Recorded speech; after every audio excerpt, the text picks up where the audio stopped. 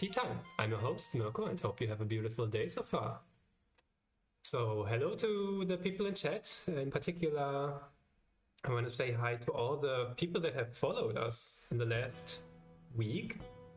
Welcome to our Tea Time. Mic'd Pro, Procrastinator777, PopLogix, BeyondNet, Piru, Starlord, Gigi, Carlo Leonardo, as well as Kimato Suyaka. Welcome to the Tea Time. Please enjoy your tea.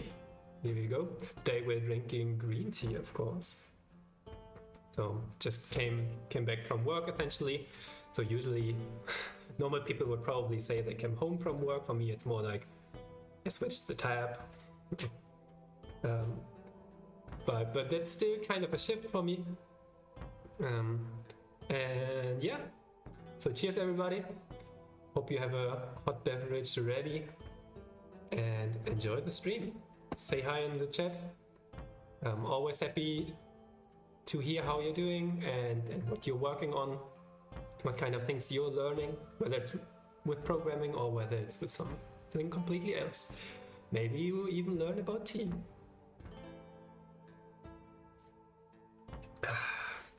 So today we have a few things.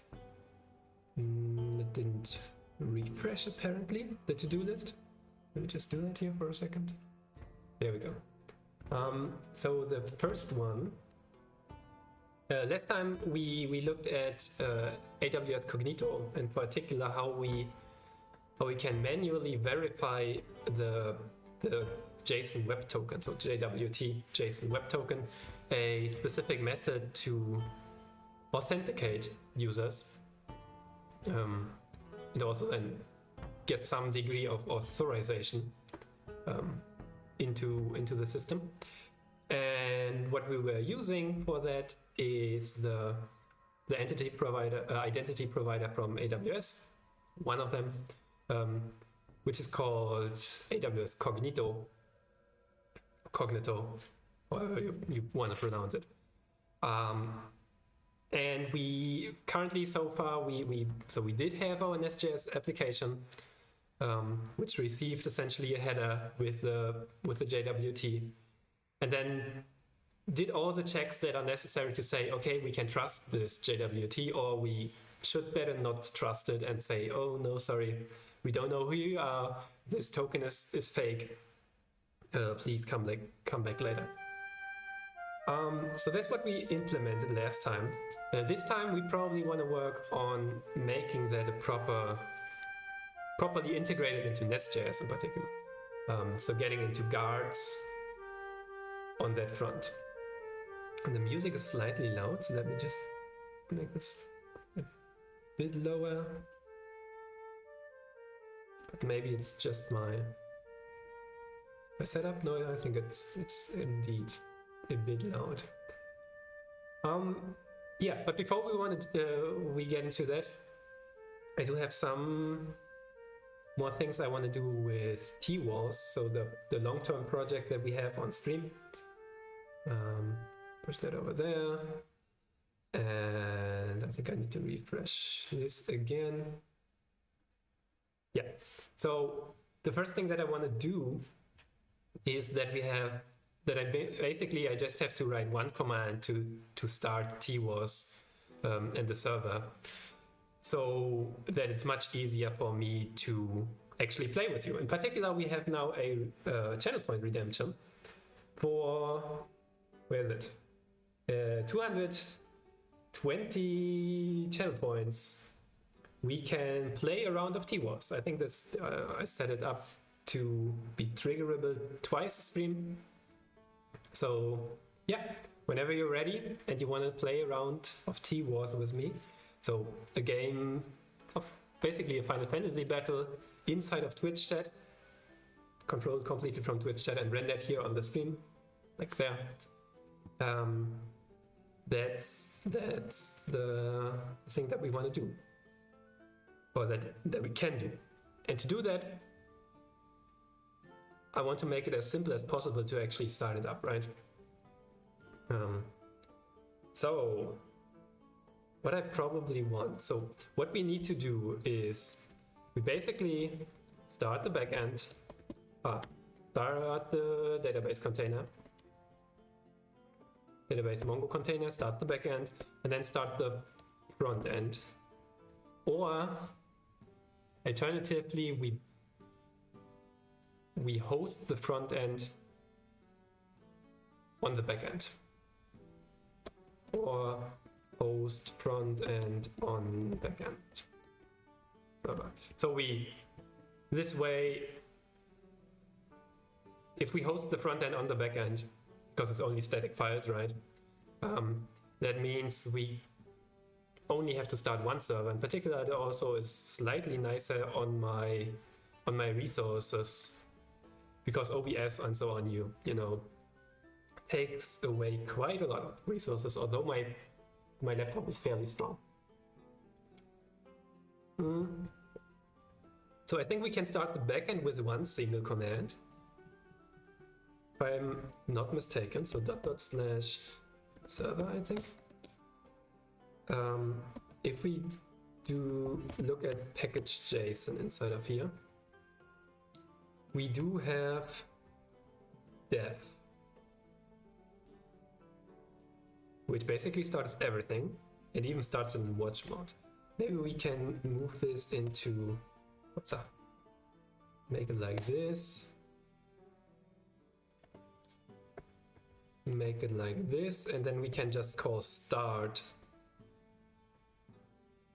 on the back end, if we're lucky. So something like yarn, so cd into the backend, to backend, end yarn start, which starts the backend container and then starts the backend. And it also, we have to set that up, but it should also host the front end. So that's cool. We can put all of that into an alias. So alias, let's say TWAS maybe. So I can easily call that. And then we want to cd to \. Now things get interesting. So pwd, this is the path that we want. Local programming, so that's my name. Programming TypeScript tea time, episode 7, server, and then start the server. And that's, I think, it from that perspective. Let's try that. So if we put it inside of here, and we move into another directory, if I call TWAS, it starts the Docker container. We might need to do the -d there. No, it just works. Sweet. Sweet, sweet, sweet. And then it's running. So I want to put this inside of my aliases. I don't want to show the aliases on stream, so let me just put this over here for a second. Aliases. Because there might be something inside of here that's not good for all the people. So paste. So there's the bash aliases file. You've never heard of that. Inside of your home directory under Linux. Or I think there's also a Z shell aliases file, and so on. And inside of that, you can just run some commands. And typically you put alias commands inside of there, which then, whenever you start a new shell, get automatically loaded. So if I restart my shell here, we now can start TWAS. Babams. Tup, tup, tup, tup.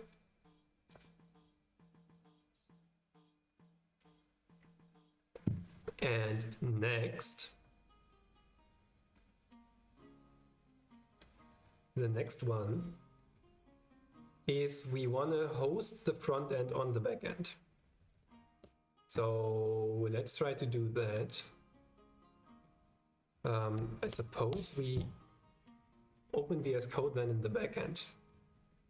Let's just move this one over.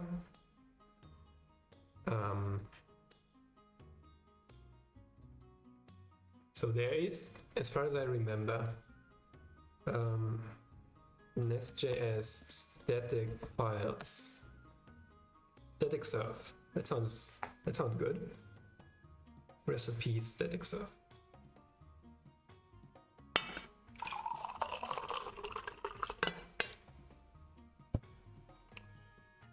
How about some more tea? In order to serve static content like, for example, a single page application or just any HTML, which we do, we can use the serve static module from NestJS serve static. So let's install that. How do we bootstrap that? We put it into the imports inside of our root module, into the app module. I do think we have an app module. There we go. We have mongoose, type goose, blah blah blah blah blah. I suppose test WebSockets module. Suppose here. That works. Then we can import it, and then we can import join. And then now comes the input string part, which is finding the right path for this. So what's the path? So we do. How does this get started? Is the basic question. I do think if we're in the app module, we step out once. Now we're in the root of the backend inside server. We step out once more. Then we step into front end. Oh, what's it called? I think it's called differently. It's called TWAS. TWAS at the front end. Why do you complain?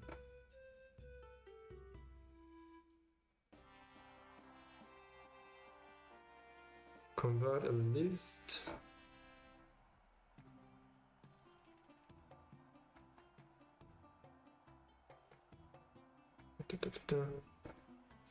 Okay, so like so, I guess. TWAS. So let's step into TWAS. Oops. CD TWAS.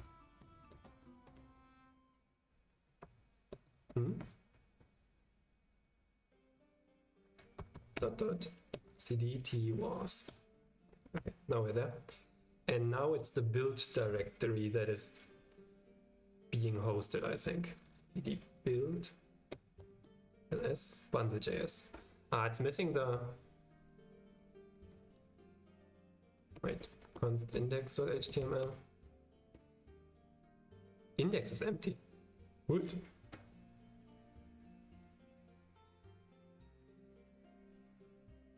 Wait, what?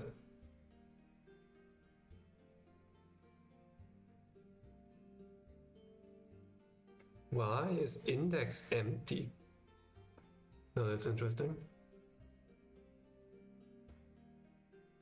Isn't TWAS the right directory? cd source.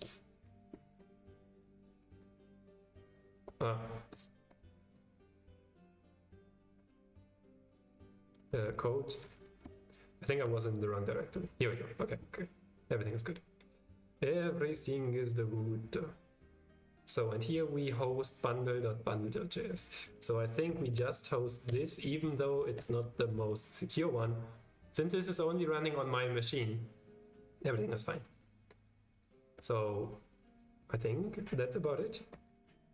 If we start this up, we should now, as root path, which means localhost 3000, welcome to TypeScript tea time. something is missing, which is under which path do we actually have this? Or I think we can go into app module.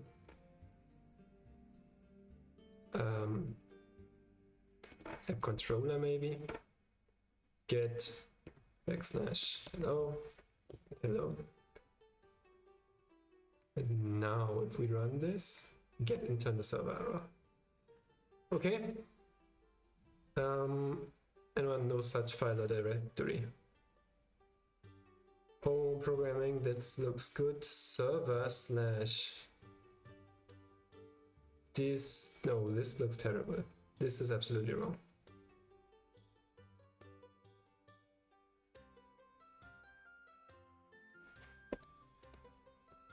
So.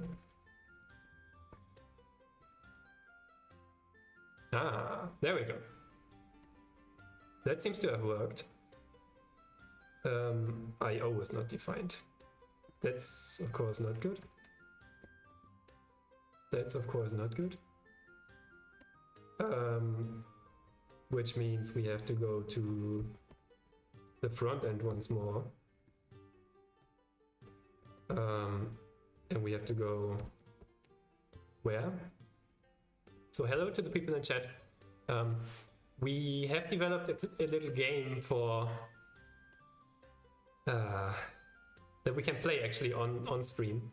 Currently it's obviously empty because usually I need to type a specific command so that it works. Currently, however, we get an error that IO is not defined. I do remember that we have fixed that in at least one of our versions, but apparently not in this one. So here it is. IO is defined, my friends.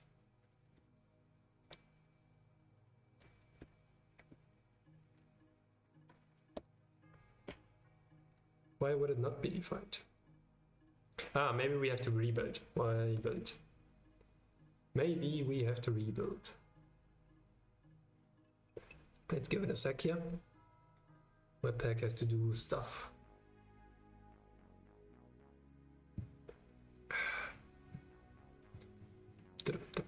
So how is everybody doing? Did you have a nice day, or did your day just start, depending on your time zone? I know there are a lot of American, US and Canadian also viewers on Twitch and also in our chat time to time. So yeah, this is the wrong directory again. So start the backend again. It hosts the files. It connects to there, and now we do !ambush. Bam! There we are. An exclamation mark. Join, for example. There we go with. Sweet. That suffices. So if you want to play around, feel free to say so, and then we can do exactly that. Other than that, we do have the static file hosting included. We can save all of this. This one was changed so that we don't have a clash on the root directory. Then I can do this, and I can say episode. No, I think we switched the feed, episode 47. He was server hosts front end. I do think we have to change the port so that I don't have clashes again and again and again and again. So to do that, we go into, I think, main, it is. There we go. Or we can set the port there. Do we have? No, we don't. Okay, so let's maybe, I think we can do something like this. In package.json, where's our start command? Yeah, we can say something like port equals, that's my regular one. Maybe let's take a very big one. There are 65,000, right? 63140. That should be free. I hope so. So if I run start here, it should now run on a very, very high port. No, it's running on 3000. Why? Why you? Because we put the environment variable in front of the wrong command. Now it applied to the Docker start instead of to the Nest start. So now it's running on 63140. Very cool, very cool, very cool. That means I can take this here, oops, and put it into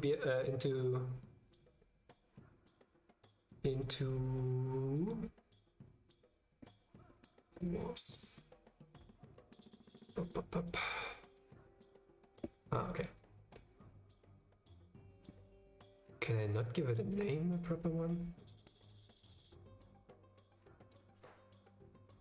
Rename TWAS. So I'm putting it currently into OBS as a browser source, because now that means if I start this with the command from anywhere with TWAS, we should be able to see something if I enable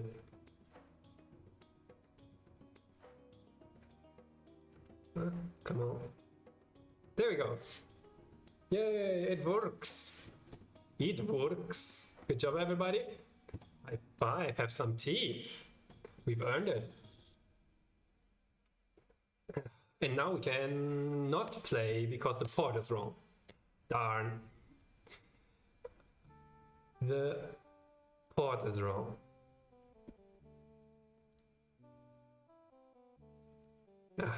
That's annoying. So the front end has to be built /front end /twas. We need to inject the environment variables, I think. Now. So yeah, right here. Right here it is. So here I want probably something. If we go to Webpack, there's a way with the help of I think it's a plugin. No, it's not even a plugin. I think it's Webpack basic functionality and vars. Oh, it is a plugin.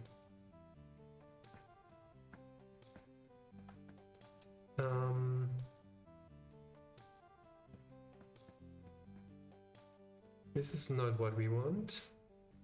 What we want is kind of runtime environment variables, which are not really runtime environment variables because basically it just does Webpack just does string substitution. So I think it's defined plugin Webpack. Is that it? Define plugin. Yeah. So this is one way. There's also a slightly more advanced version of this. Environment plugin. I think this one. Yeah, this is what I want. This is what I want. So something like, is it a different plugin? Shorthand for define plugin on process.env. Okay, so I think we can use this, but the question is how? Probably we have some plugins directory here. We don't.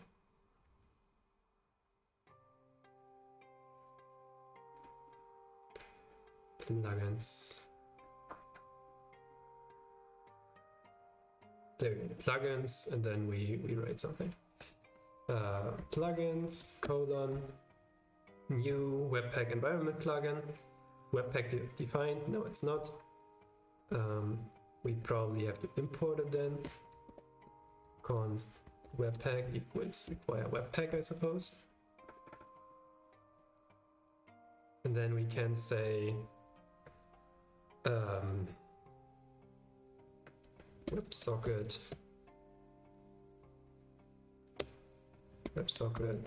server URL.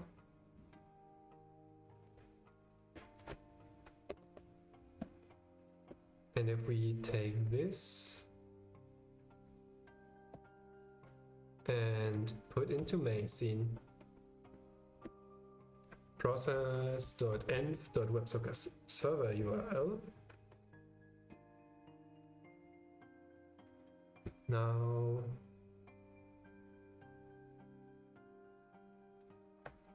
string is not assignable to. Wait, why? Now it's a string.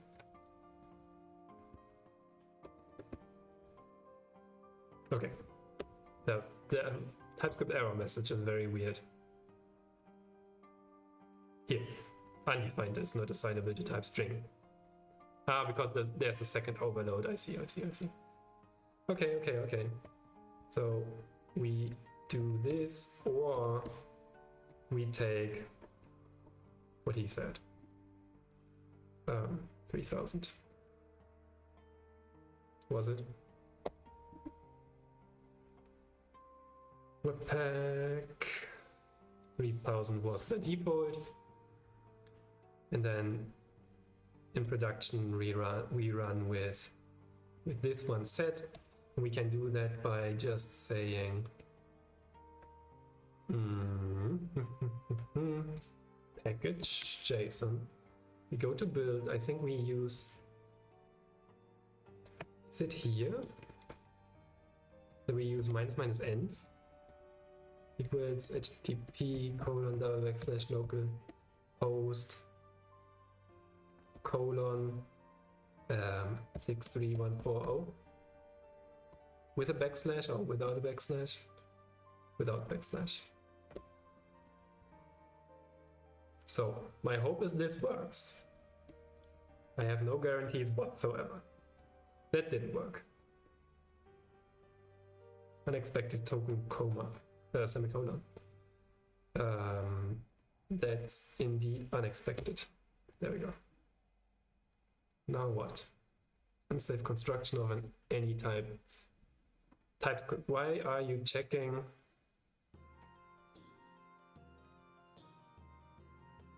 Why are you checking a JS file? Add ts ignore.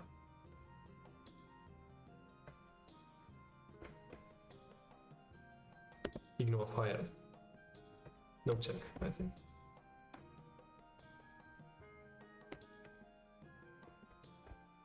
Right. Oh no, I'm not showing anything. Ha! Let's just pretend that it was on purpose and all the time I was editing secrets. Let's just pretend. So this now is okay. Let's try to run build once more.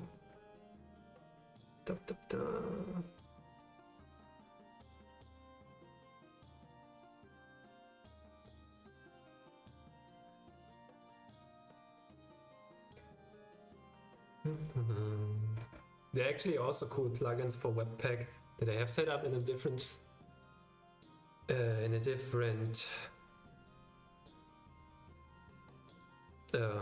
repository project, where you have like fairly simple, you get a loading or progress meter and so on, so that it's not just, okay, something is happening, I hope, and you have basically no idea. So now we can either try it out, or we go into build and then we say code bundle.js, and we hope that we find 63140 inside of here. We don't. We don't. 63140, right?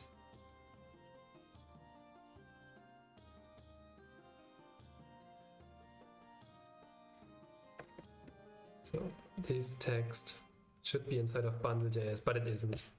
So that didn't work. This here didn't work. So what alternatives do we have? I think we can do this instead. I'm not sure whether we can actually do this. Let's see. Echo %web socket server URL. That works. So kill that one. Run yarn build once more. Hope that this time it works. So we now package once more everything. And then we go into build, we do code bundle.js. Now do we have 63140 inside of here? We don't. Why you not work?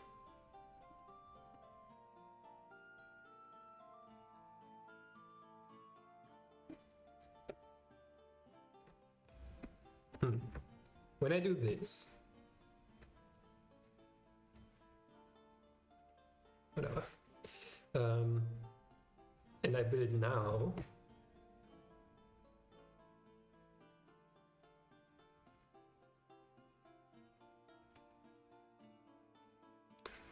it should bake it into the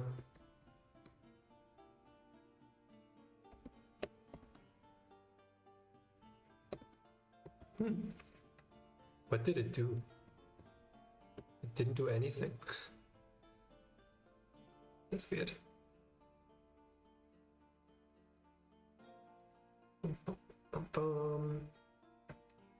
cd code dot slash build slash bundle 66314. No, why doesn't it work?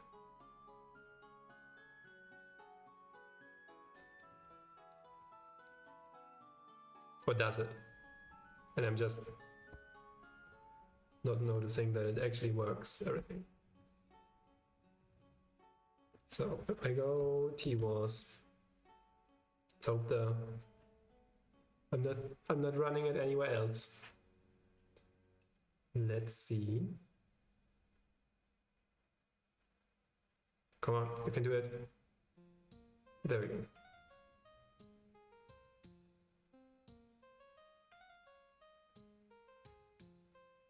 Oh, okay, now it worked. No closed. I can just click the button. It's easier. There we go. But it is still trying to connect to 3000. Why? Why?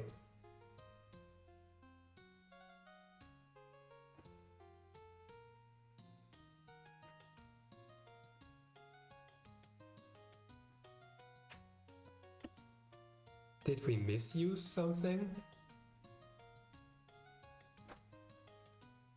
That's not the right one. We go back to environment plugin.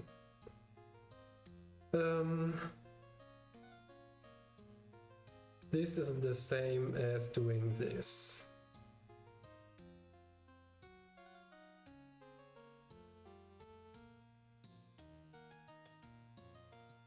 not specifying the environment variable raises an environment plugin. Key is undefined. So it should error all the time, if I understand this correctly.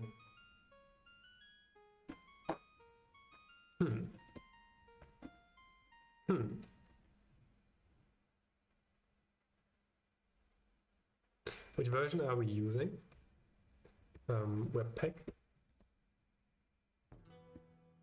Oh, package. Webpack 443. So this is for 5, we want 4. It is exactly the same, right? But we can use this.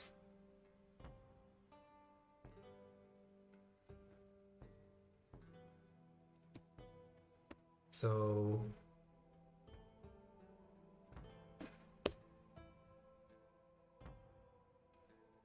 how? So now it's an object. Okay. Interesting. Okay. This is one version, but this is another version. So if we go this route here,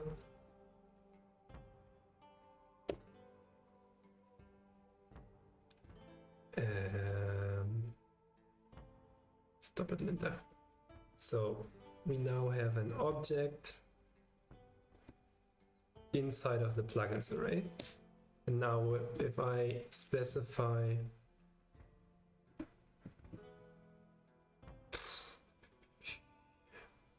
why are you slow?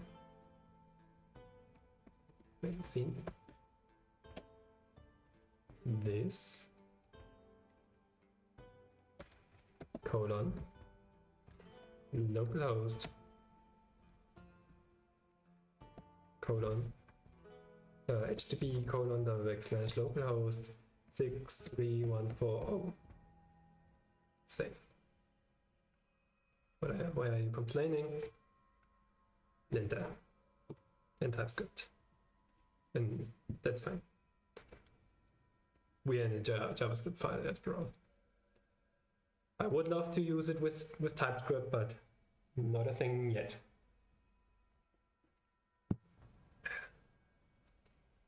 So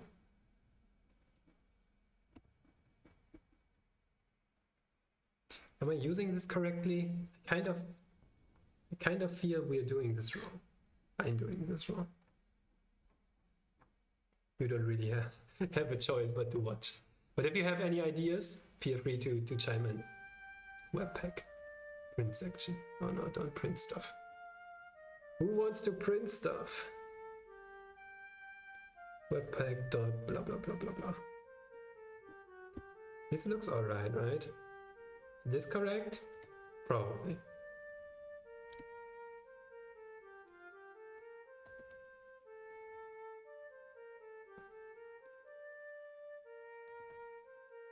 So let's save there. We now just run the application. It should start and it should say the address is already in use.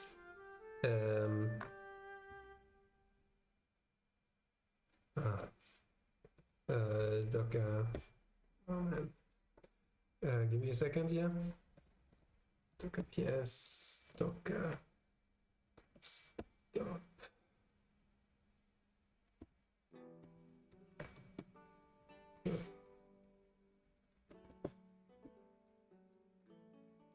So now one more try to get this running.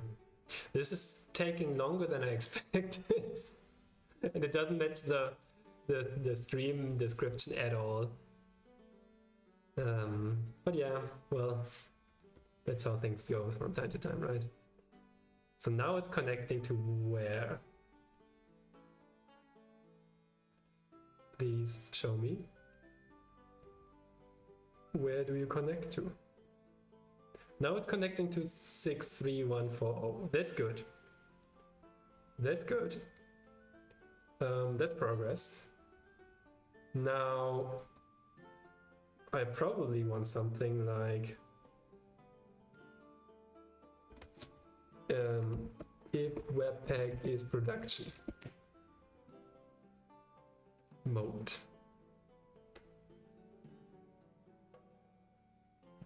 Do I get the mode somehow inside of the config file? argv.mode is equal to production. So we can probably do this. So argv.mode production question mark. Then take this. Otherwise take http://localhost 3000. Save. Now, if I run this, it should connect. Oh no, things stop working. argv is not defined. Where does argv come from? Isn't that a node built in? Ah, okay. RIP. So we make this into a function. We say end, argv, and it returns an object. Now, next try. Oh.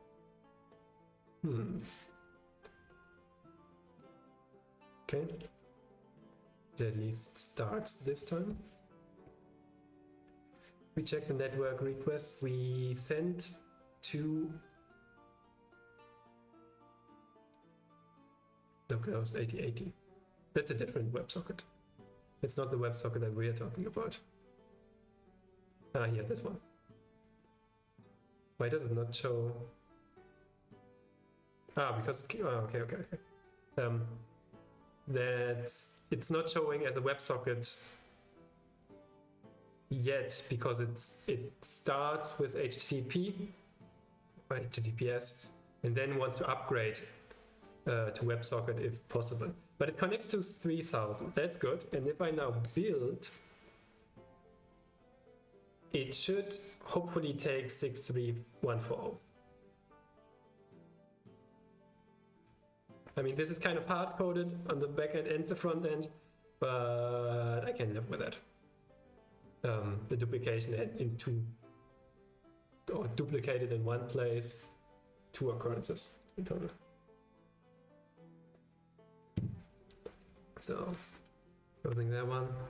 Going back to the front end, which should still be hosting stuff, if I'm not mistaken. If I reload, it now shows nothing at all. Great. This looks good. Localhost 6314. We did it! And now I can hopefully just show this one. So we can do exclamation mark ambush. There we go. Sweet. We did it. And now it actually works. Good job, everybody. Let's stage and commit this bad boy. So this is good.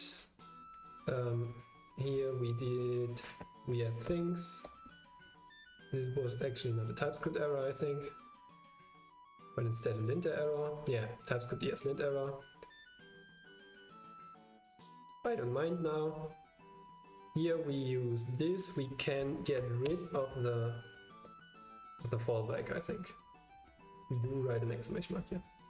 And in that case, I do want to start the front end once more in dev mode to verify that we didn't just fall into the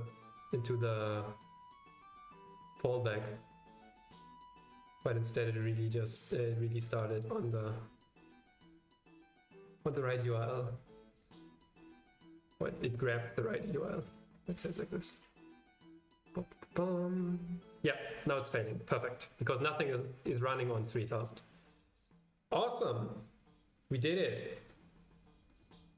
Some Webpack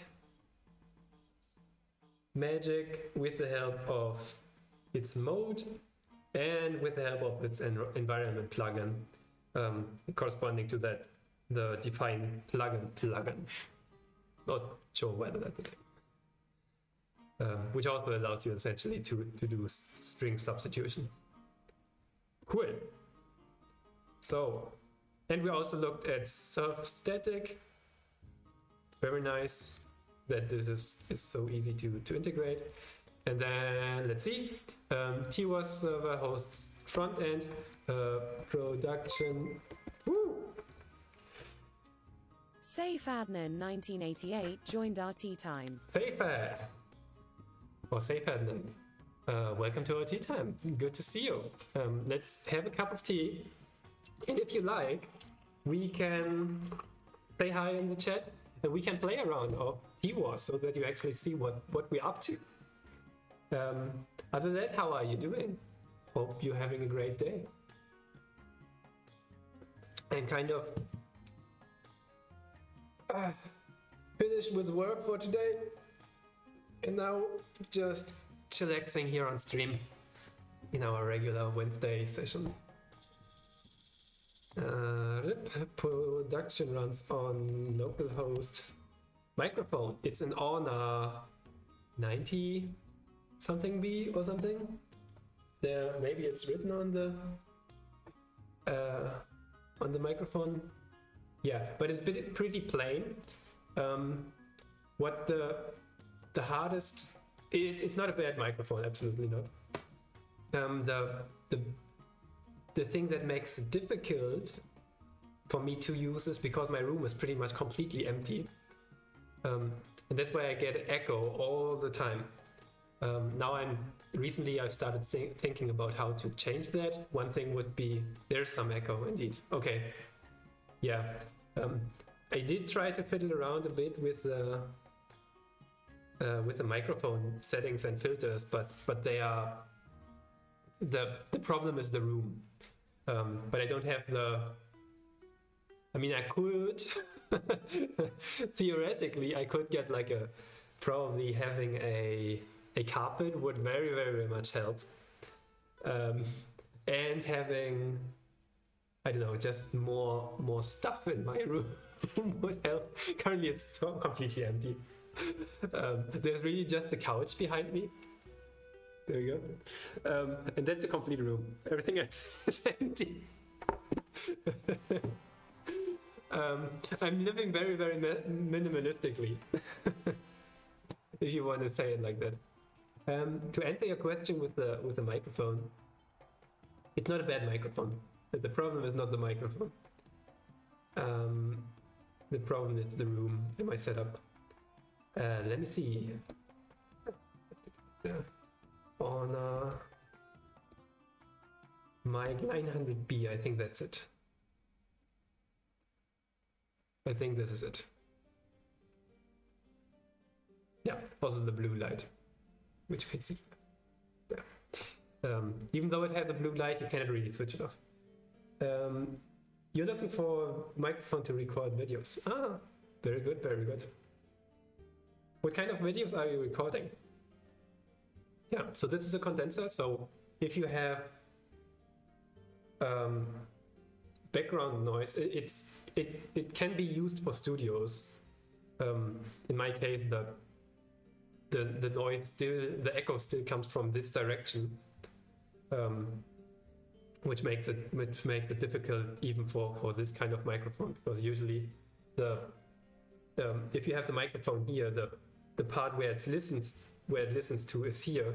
If I do something back here in the background of the microphone, so I'm flipping my fingers here, you shouldn't really hear it, most of it. YouTube content about Angular. Oh, Angular like an Angular 2 and onward, and not AngularJS, I suppose. I've learned that recently. That Angular is not AngularJS. That was kind of a cool.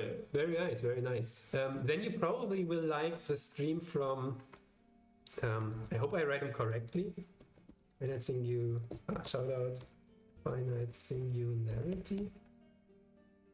Did that work? Yeah, he's also streaming right now. but don't leave just yet. He's most of the time he's doing Angular stuff, and actually even for his work project, which he is allowed to stream. You really work with Angular JS. Wow. You work with it for Angular JS for 8 years, and now it's Angular 2. Sweet. Very cool, very cool. Yeah.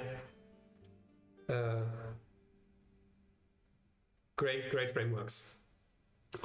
Most of the current frameworks are pretty good. I have to say that. In particular, so you might like this stream because we're most usually we talk about NestJS, and NestJS takes the Angular 1 approach, if I'm not mistaken, of having controllers and so on, and puts it on the backend, having a very strict architecture, which is still flexible enough so that you can basically do everything, but you don't get the terrible like spaghetti that you get when you're just using Express.js. Everybody does something different, and here in Angular it's pretty much you write a controller, you send it to the service does the domain logic, then you send it to you use some entities to connect with database. Done. You want to integrate microservices. Of course, we have microservices right here. You can connect to Kafka and so on by basically having this add message pattern. Done. Write your function. You want to integrate GraphQL? Sure. Here's how. You take this into your root, and as of then, you write add controller over or add resolver over something, and then it works. Where is it? Here, add object type, and then this is the way you define something, and then you can also write resolvers and stuff. Very strictly defined instead of just having the freedom. I mean, the freedom is great, and it's also fun to work with the freedom, but the freedom rarely scales to production projects, as you might know, right? If you've worked with it 8 years, you've experienced production probably more than once. Oh. What do you like about, what do you like about Angular 2 compared to Angular, or 2 plus compared to Angular 1? And what would you say they still have to improve on? Is there something? It's not like I can really answer probably if you like understand what you're saying, but it's still interesting for me to see the vocabulary and stuff. Yeah, by the way, React, I'm mostly familiar with the React part, although my main part is backend. React is this everybody does everything, and you see it in production projects. There's a sweet point, I think, a sweet spot of freedom and having a strict direction, strict architecture. Most likely, at least.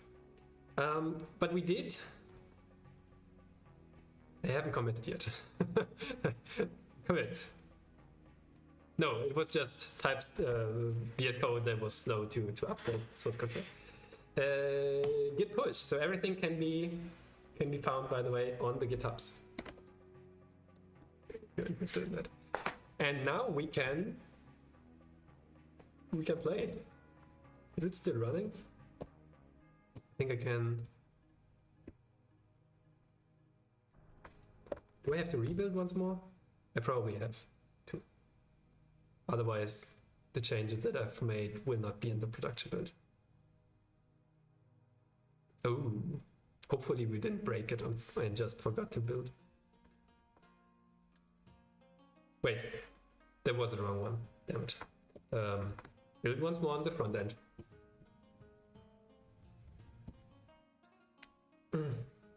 Angular videos. Sweet, sweet, sweet.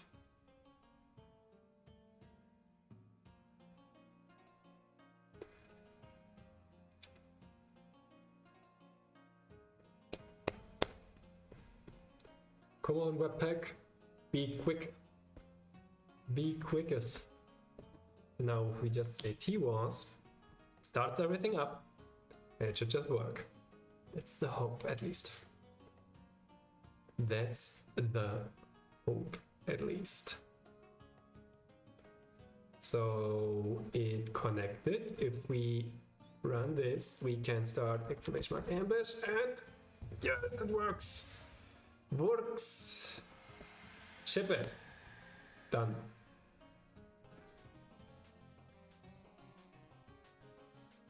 The music overlaps. I have to stop the music.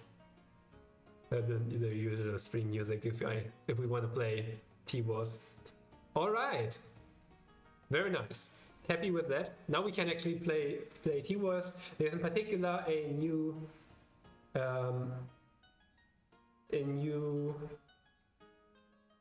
channel point redemption that you can check out for 220 points, which is exactly 1 hour of watching the stream.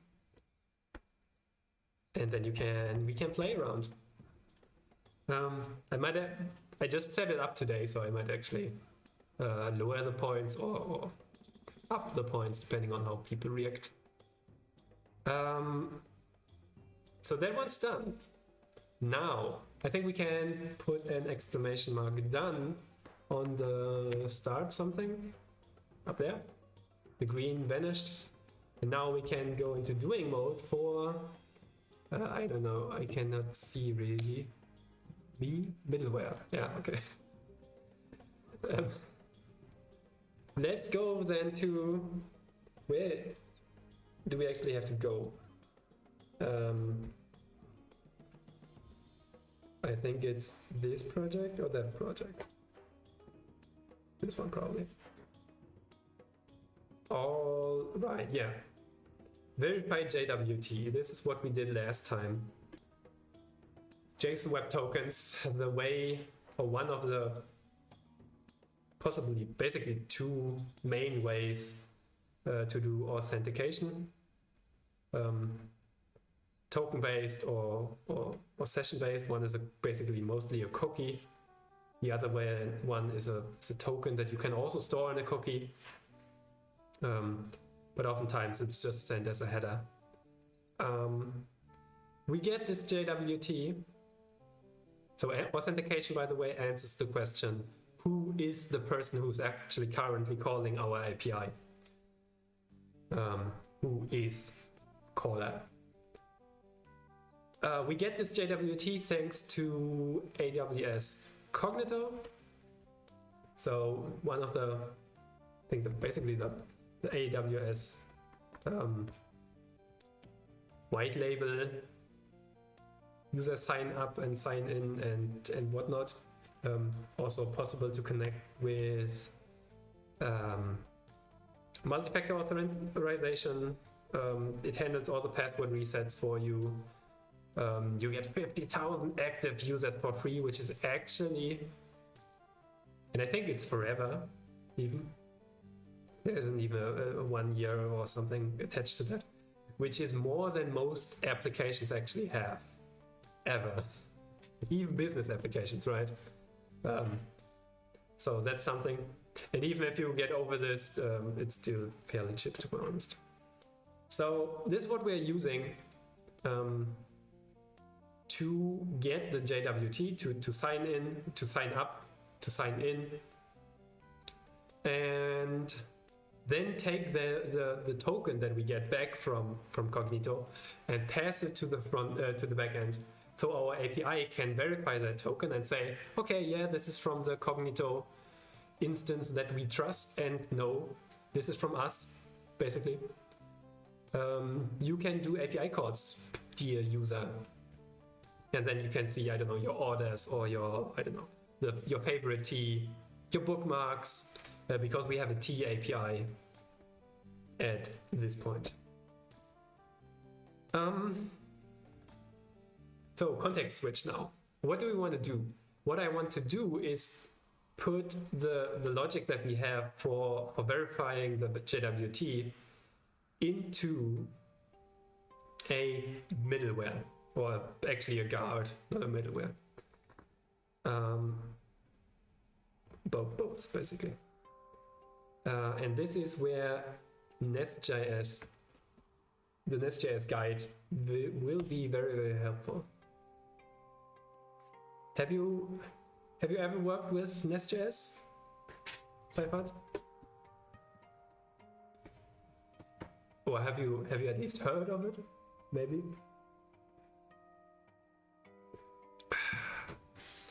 So, Passport, the most popular authentication library. It is kind of weird, but fortunately, NestJS covers all the weirdness, and we can pretty much concentrate on the stuff that we really care about. We do have to implement or install some of these packages. We don't want local. So NestJS Passport is the middleware essentially for NestJS. Or think of Express.js, the famous server. Passport being the authentication library for Node. And we do ignore the local because we do not work with Passport local. Local meaning we have our own password and users saved somewhere locally.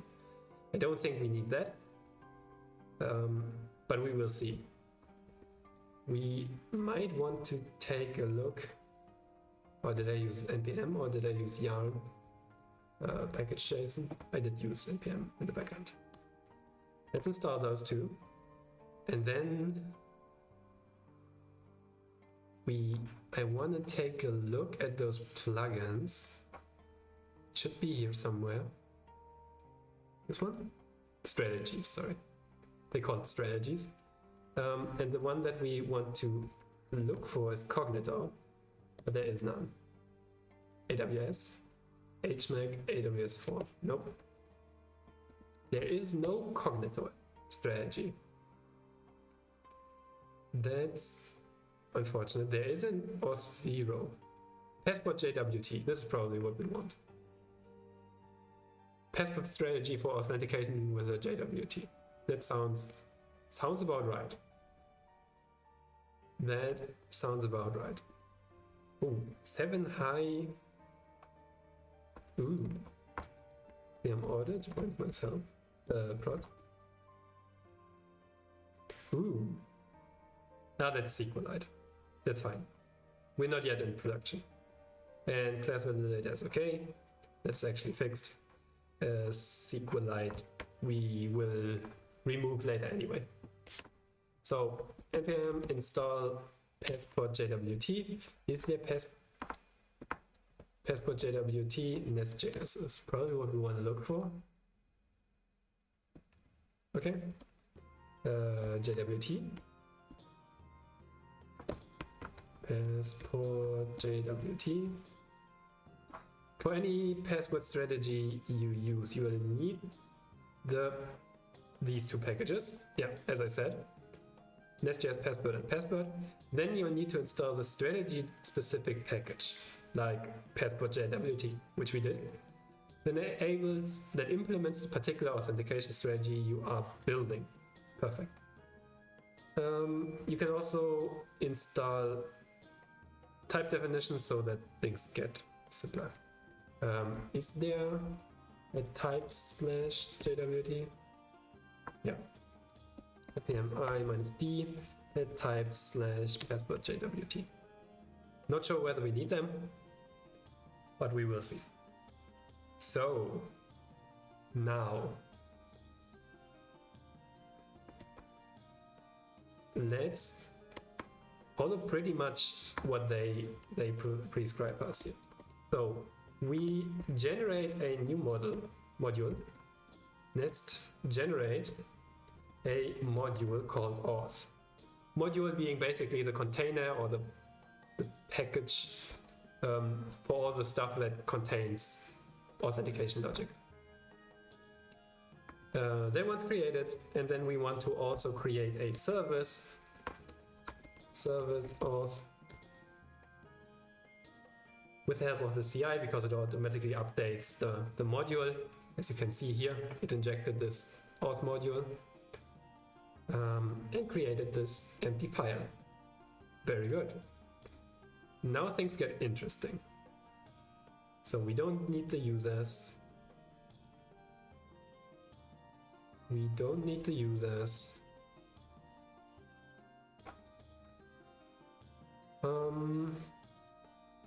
Extends passport strategy. This is probably what we want. So jwt.strategy.cognito, maybe Cognito JWT strategy. We copy most of this, if I'm not mistaken.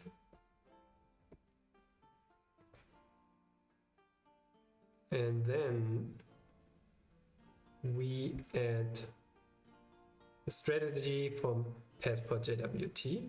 Very good. That looks good. We call it Cognito JWT strategy. We inject the auth service. So a lot of dependency injection happens inside of NestJS. That's why we also decorate with add injectable.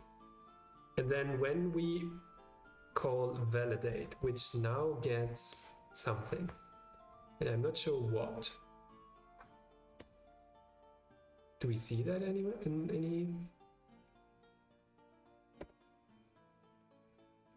any way? Extends passport strategy. Verify callback. Payload done.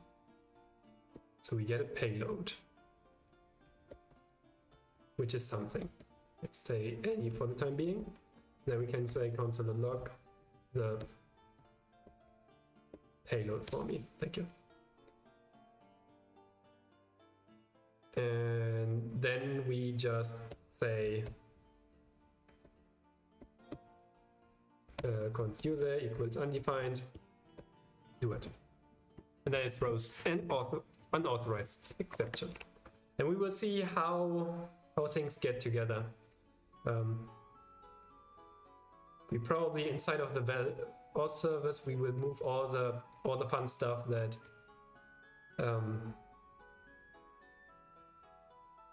that we did last time. We will probably put inside of there all the stuff that we need to verify that our token is actually the token that we expect from AWS Cognito.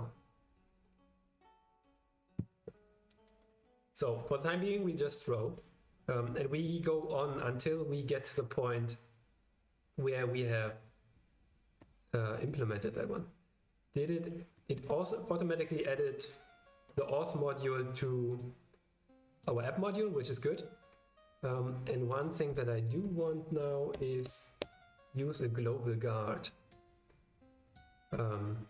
Guard.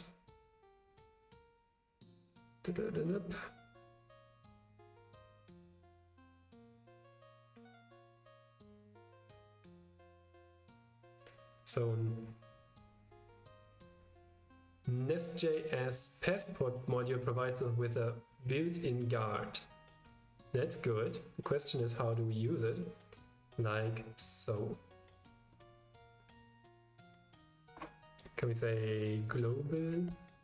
Enable authentication globally. Yeah, like so. inside of providers. Probably the order is important, I think. So let's do it like this. Otherwise, the app service stuff will not be authenticated if I'm not mistaken. So AppGuard, JWT AuthGuard, where do you come from?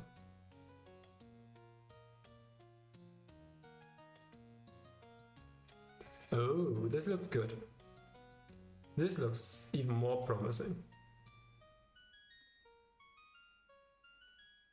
Or does it? Handle request. Can activate.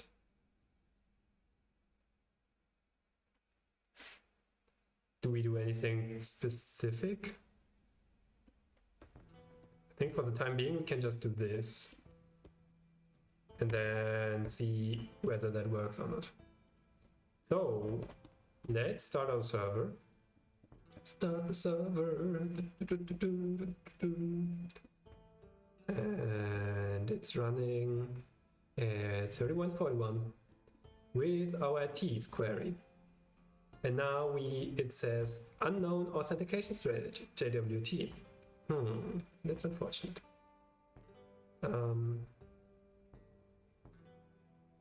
Now this is getting interesting.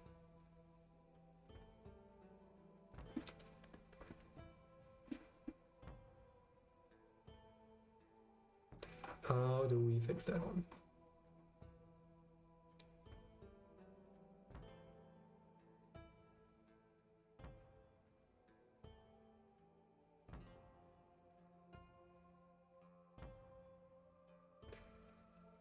Definition of JWT strategy.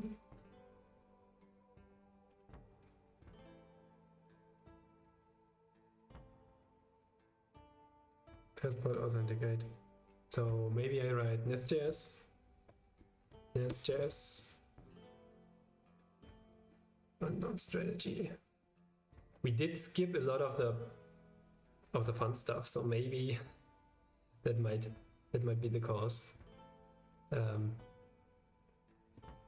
I wouldn't say it isn't. So if we follow the code somewhat more, takes an auth guard, execution context. The question is, how do we put in our own strategy?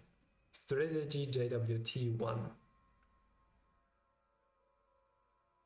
Where do we define the name of the strategy?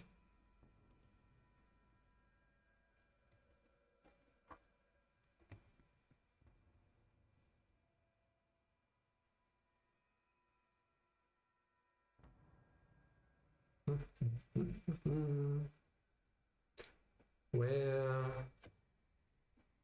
do we do that? So this one uses local guard.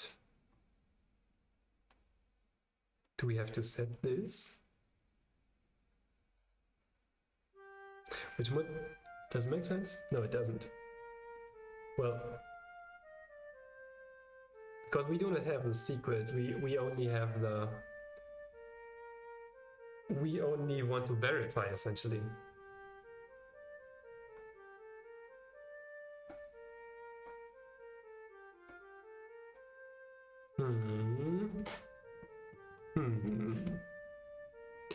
It does get the JWT service, however. Or does it use it? It signs it. That's not important for us. We just want to verify. We only want to verify. Oh, add NestJS JWT.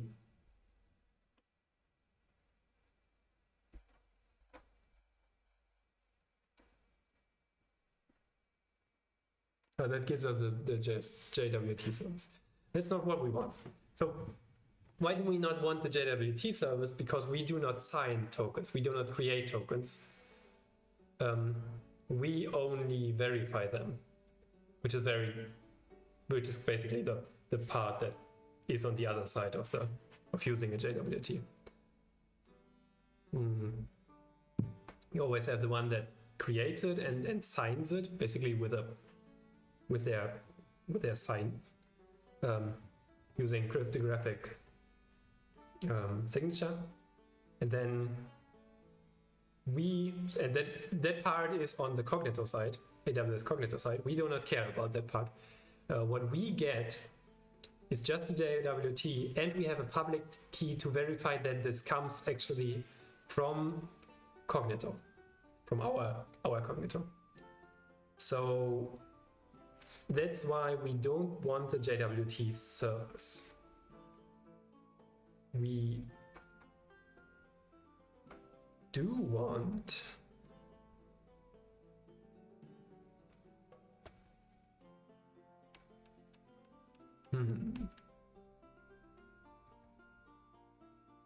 what I'm wondering is where this name comes from. Type string or string array. Where do these strings come from?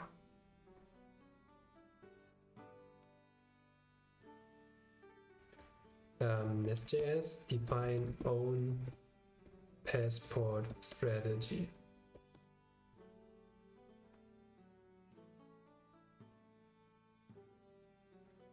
Custom strategy. You have to provide the strategy class in the auth module. Ah, that's probably one thing that we haven't done. Cognito JWT strategy.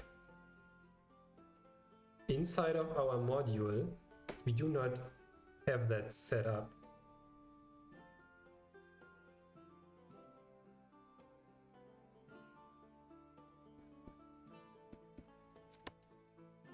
So if we do this first of all, then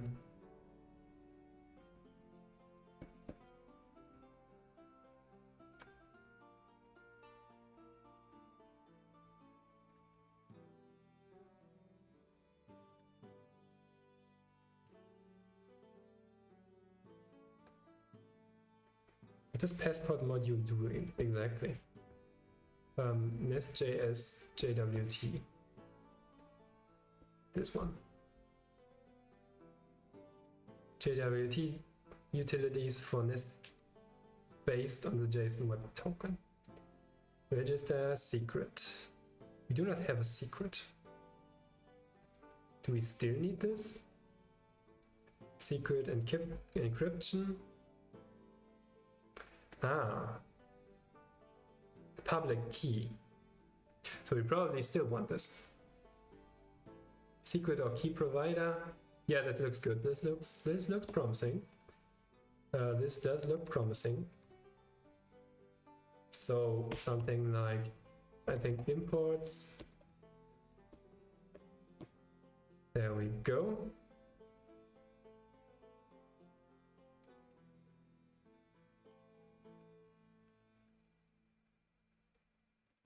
And now things get interesting. So the public key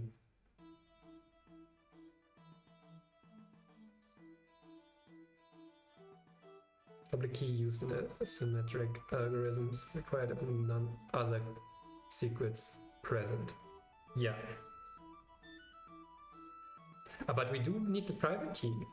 Ah, Jesus.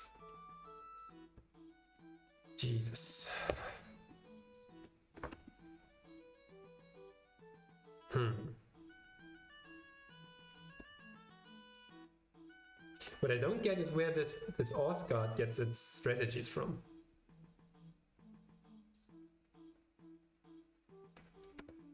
Is there something like this dot strategy name is equal to Cognito JWT? Maybe like so.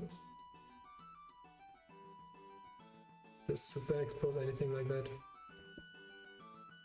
SDF. Oh. Okay.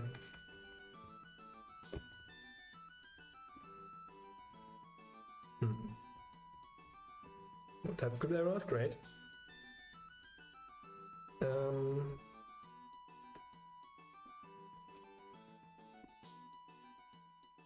So let's make this one disappear again once more. Providers or service JWT strategy. I do think we need to export also the Cognito JWT strategy for it to work. Maybe. Maybe. Just maybe. Then hopefully we can do this, and it probably won't work. Oh no. JWT strategy requires a secret or a key. Didn't we remove it?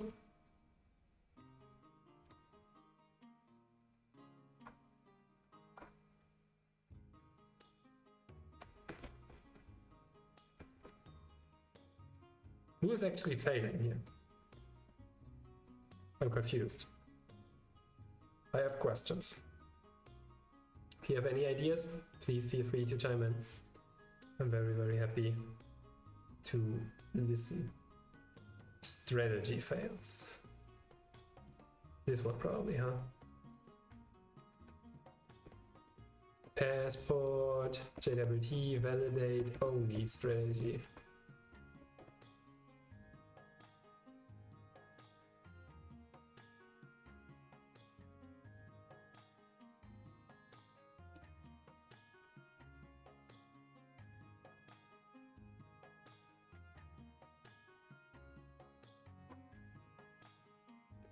Oh, what about Angular?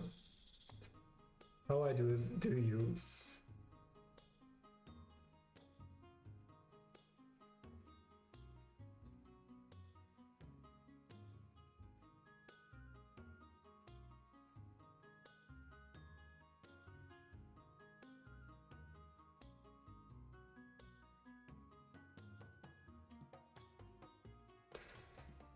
So Passport takes care of verifying.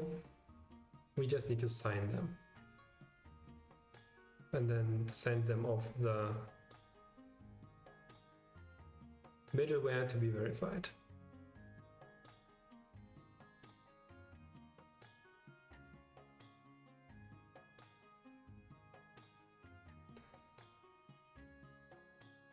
I have questions.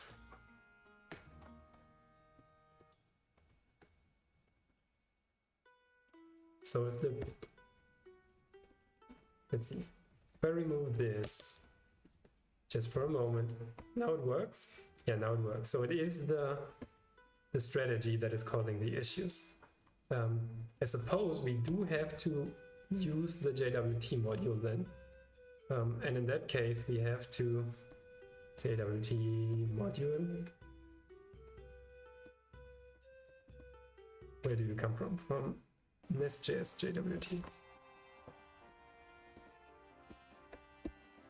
Oh, npm install NestJS JWT.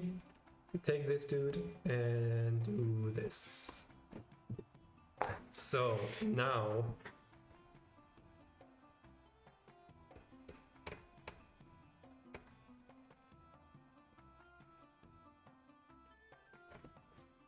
secret or key provider.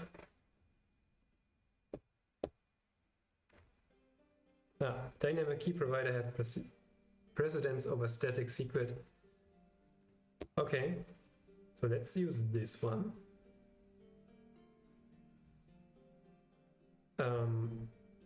We will never get a sign, so we don't really care about this one. We do have to import this one.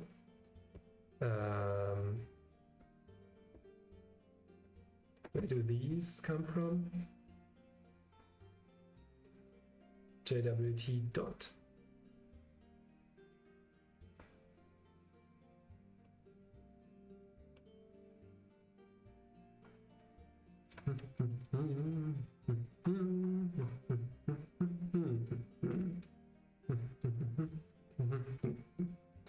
Verify no sign or options. Verify or sign or options. Okay. That's a mouthful. Where does JWT this type come from? I have questions. Is this JSON web token. JSON web token.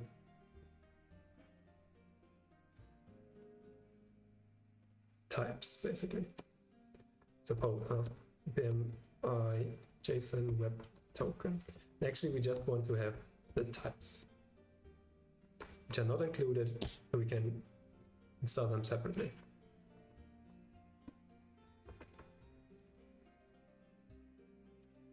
Import star as JWT from JSON web token. And this seems to be the right one. Yeah. So now the public key comes from external. But for now, let's try whether this, at least something happens now. No, it doesn't. There are some braces too many. Parentheses, colon. Suppose this one. And a comma. Okay. Done. JWT strategy requires a secret or key. You have a key. This beautiful key. And this one.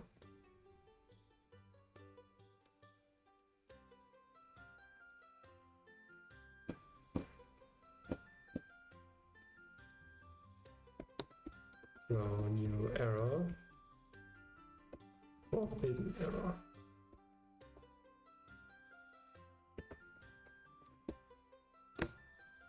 This shouldn't have happened.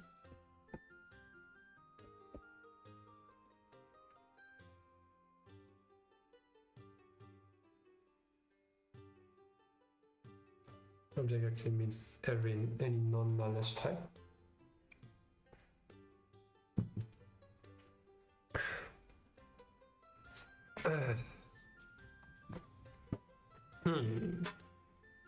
JWT strategy requires a secret or key.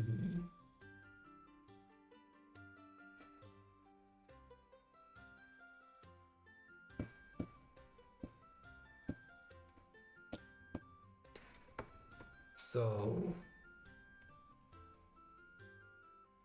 this dude is not working the way that we want him to. So if I very stupidly say secret ASDF, are you happy? I'm not happy, it says. It is not happy.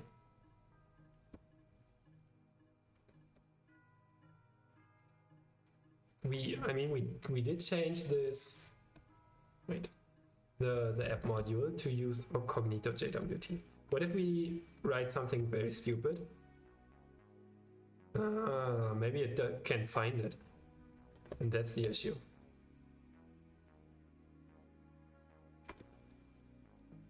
That seems to be at least one issue, let's say. Not saying it's the only one. Wouldn't go that far. Oh, huh.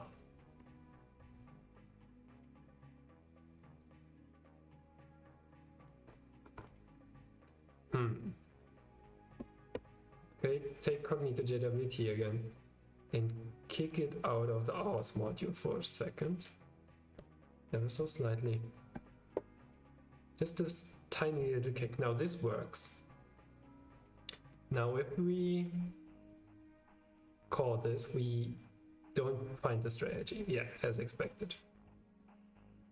That's as expected.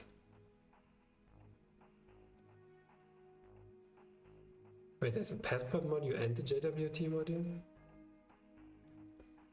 Oh, is that the issue?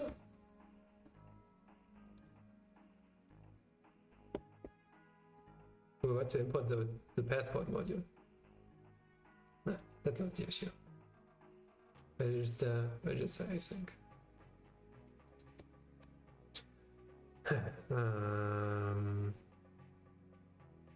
Sign options. Do not sign, please. Something is missing. And it's not just that the secret is too small, huh? No. So somehow the Cognito JWT strategy doesn't know where to get the secret from, or the secret or key, which makes sense because how should it? We don't specify it here, at least.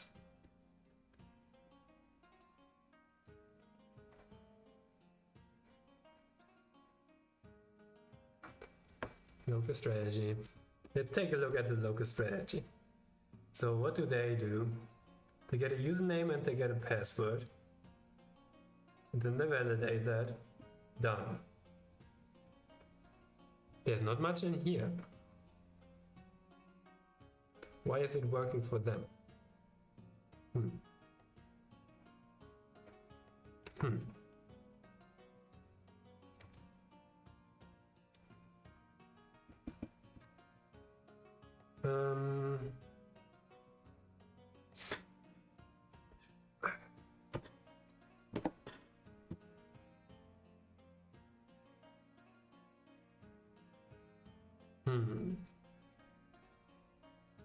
We put it into providers. Local strategy.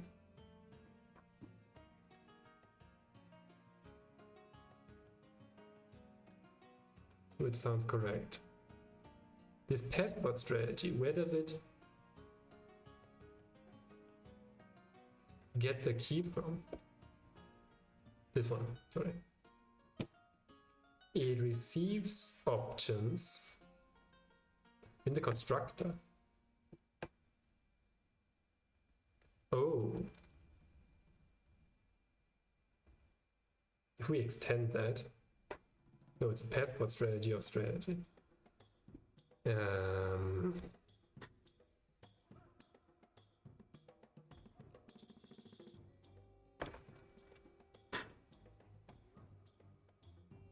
Okay, let us maybe. So here's what I'm thinking. We try to get it running with regular JWT. And then we kick everything out that is used for signing.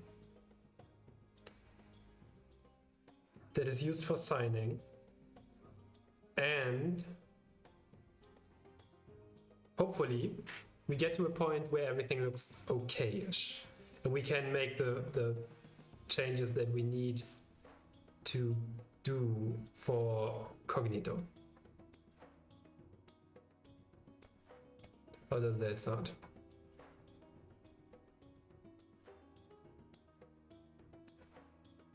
Local auth guard, login, passport JWT. Did I install that? I did, right? Package. Yes, I did. Very good, very good.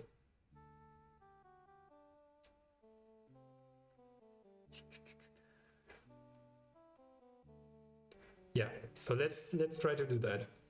Here we have the auth service. We have a JWT service that signs.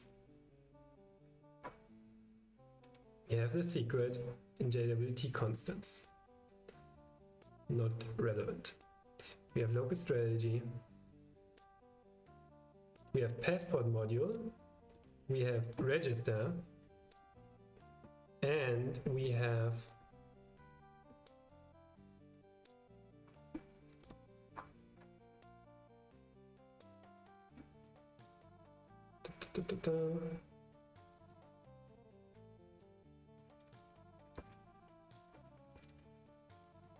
but I don't get.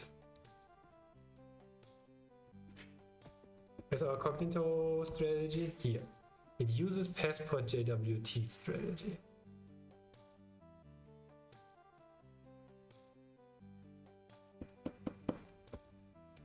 Which exports passports. Import strategy as passport strategy. And then we wrap it inside of passport strategy. From NestJS. Okay. That might be okay. Oh, here we can provide the name, I see. Cognito JWT. There we go. So that's one done. That's one down. That didn't fix all of our problems, actually none of the visible ones. But it did fix one question mark. So inside of here we can provide the name of the strategy, I hope. So now up to the next one. We go into our auth provider, auth module. We do register the JWT module with a secret and sign options. Yeah, that just expires in 60 seconds. I'm fine with that. Go for it. Do have the passport module above that. Perfect. And we provide auth servers and local strategy. We do not export the Cognito JWT strategy, the local strategy. At least not now.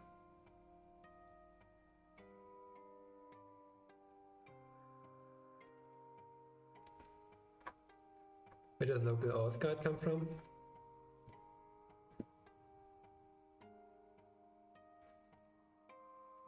Oh. Take a look at this.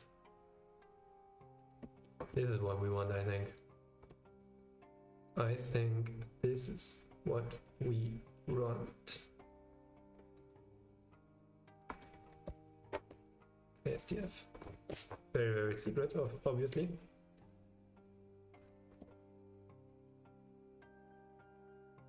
And then we return.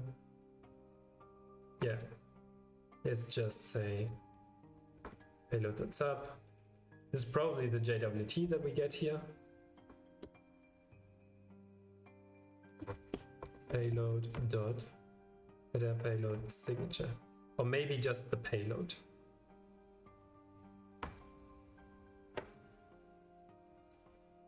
Payload. Yeah, sounds about right. And then we just return user ID, blah blah blah blah blah. Worked for me. For now. Ignore expiration, false. Okay, probably we can also provide the key here, or we cannot. I don't think there's any type key, secret or key. Maybe that's the thing.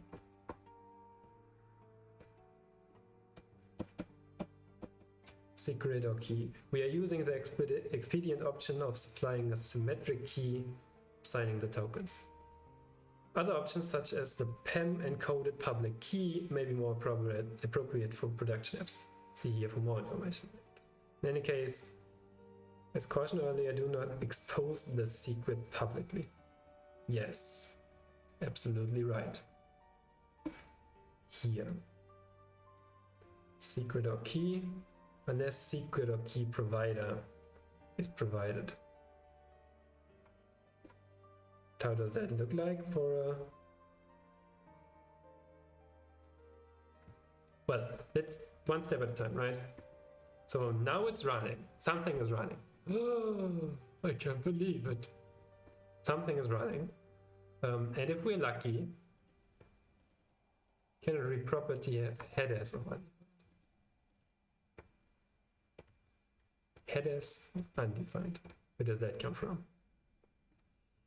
JWT from header as bearer token. Ah yeah, that makes sense. Because we have to go into the settings, I think. Man, this is very hard to read, right? GraphQL Playground. That authorization header.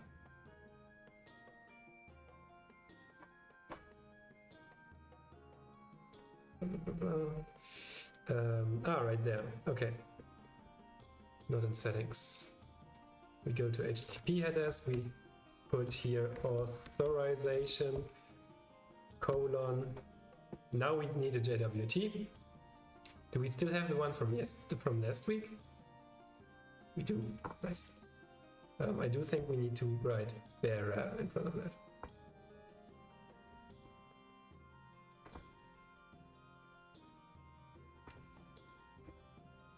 Does it include?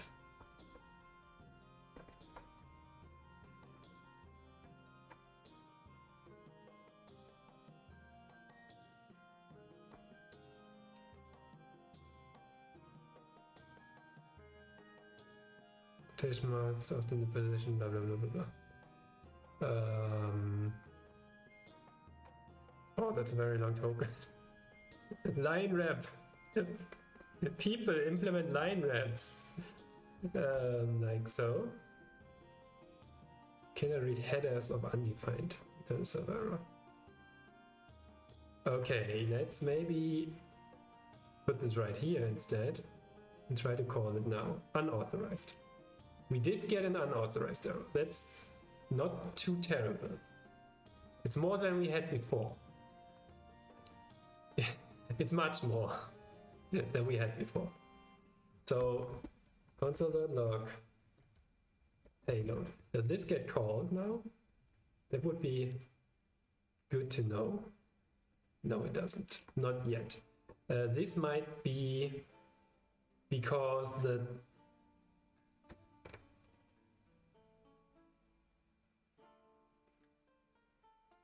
this is already wrong, huh? So it doesn't even pass. The secret is completely different, right? And the private key. So validation fails, which means this validate method, which is basically the part that happens after JWT, the library has verified everything, doesn't work. But I think we can put something. This can be a function, if I'm not mistaken. So let's do this. Make this into a function, and we say return ASDF. We maybe hopefully get a request inside of here. We can console log the request. That's my hope. Ah, no TypeScript. Totally lost.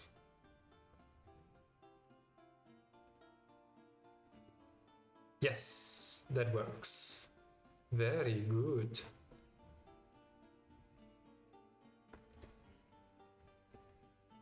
This works. So if we do request.headers, console.log request.headers, we hopefully see something.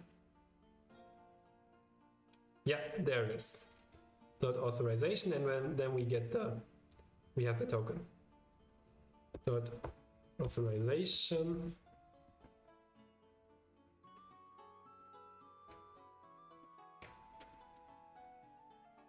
There we have it. So canary property headers of undefined.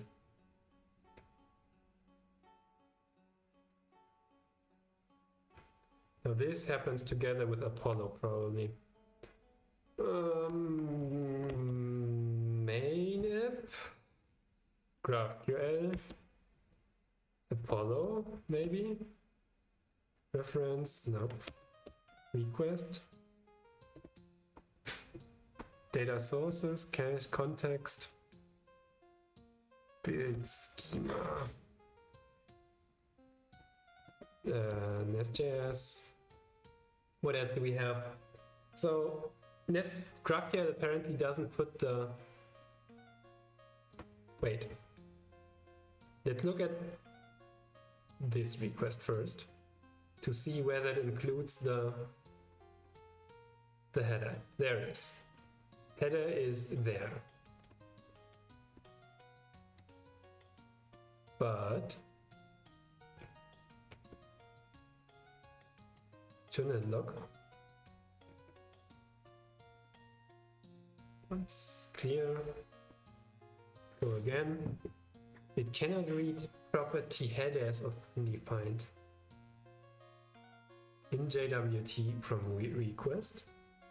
Here. It should log the request first of all. Ah, request itself is undefined. Ah, there we go. No, here. This is it. So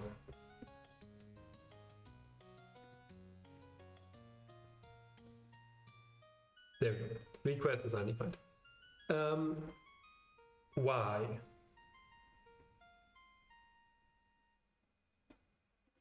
NestJS, GraphQL, request undefined.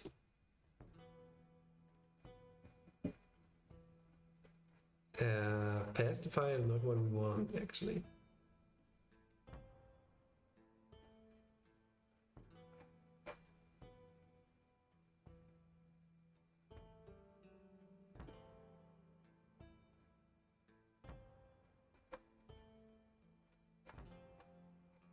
Ooh, that's a long answer.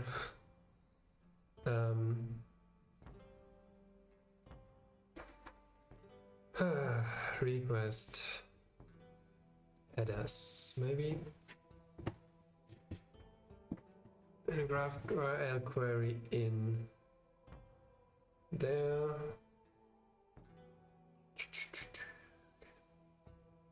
Context. Do I need to provide something like this? Inside of our app module, we put context, return something.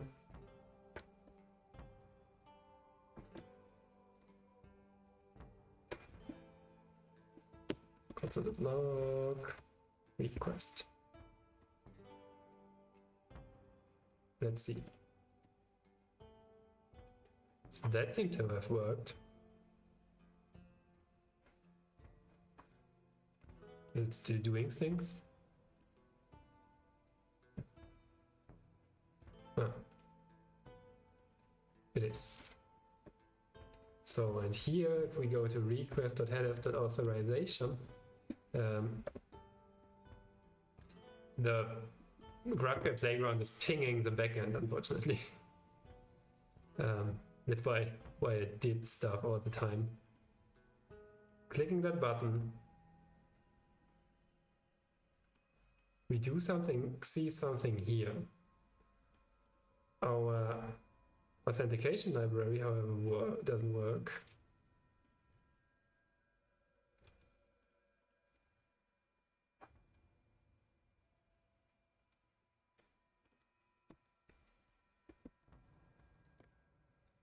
In context.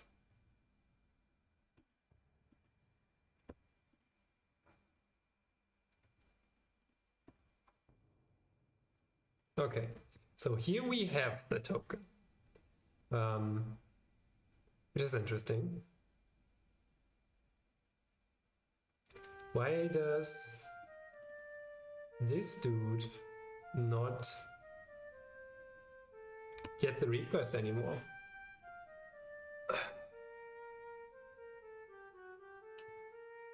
Why, oh why?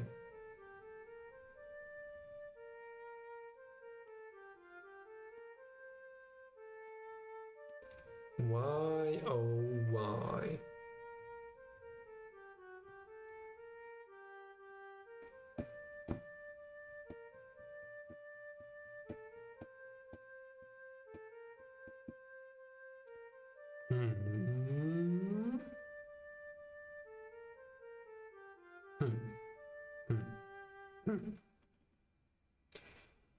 Is it? Oh, no, it is not. I was about to say maybe if we do it like this, things start to happen, but it probably won't.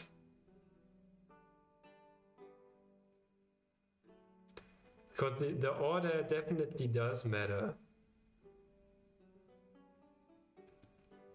Or does it actually work? No, it doesn't. Never mind.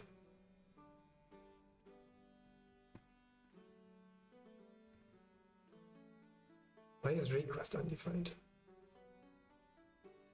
Why do we not get a request? NestJS, GraphQL, request is undefined. Maybe also passport.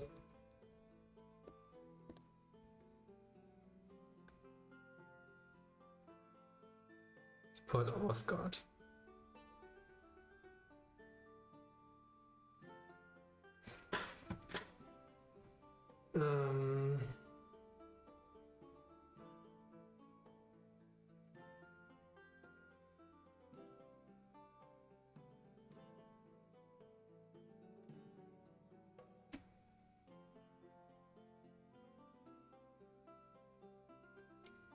Oh, this is complicated.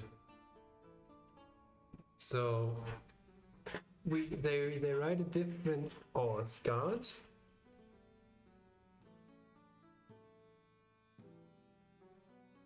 Which implements can activate. New execution context host. Then they do. GraphQL has a different context, unfortunately, compared to regular REST. So they convert the context into GraphQL stuff, or different, or vice versa. They then grab themselves the request.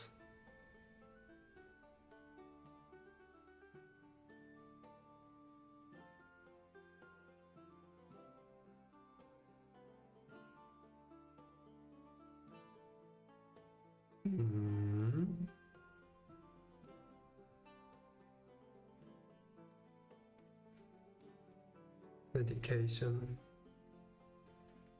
Do we have GraphQL inside of here? That would be... Oh my goodness, we do. Oh my goodness, we do. In order to use an auth guard with GraphQL, extend the built-in auth guard class and provide the get request method. Okay. Jesus Christ. GQL auth guard dot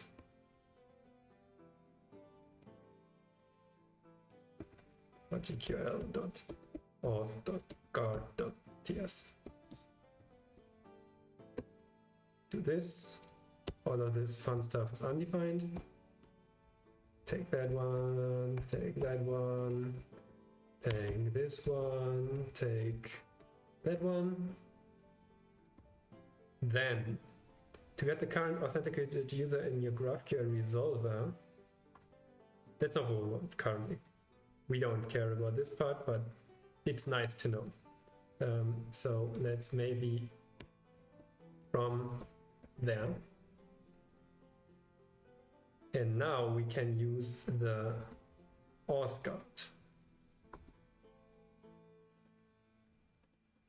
But does it have to?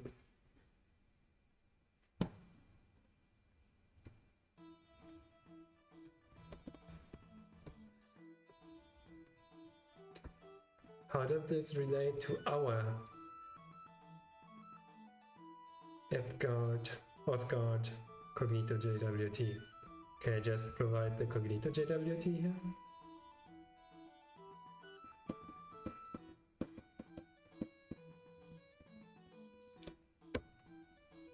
So now we say GQL auth guard, come on. For that one,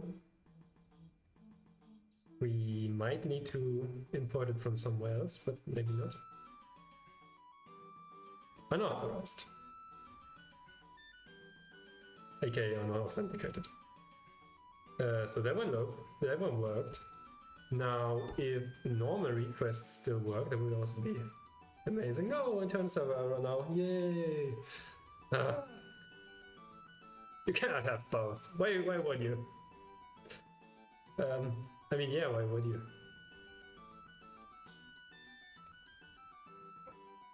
Now we get an internal server error. GraphQL, please stop sending pings.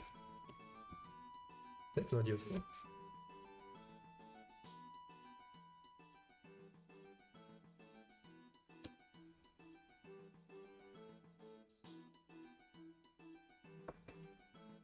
Now this one is undefined. Oh,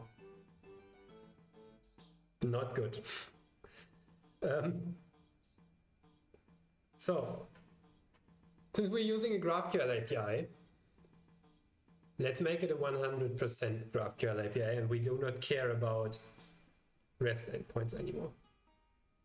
I am fine with that. Because then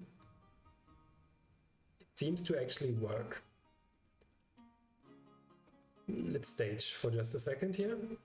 Maybe not stage that one. Let's stage for just a second here. We do we still need this fun stuff? Don't think we do.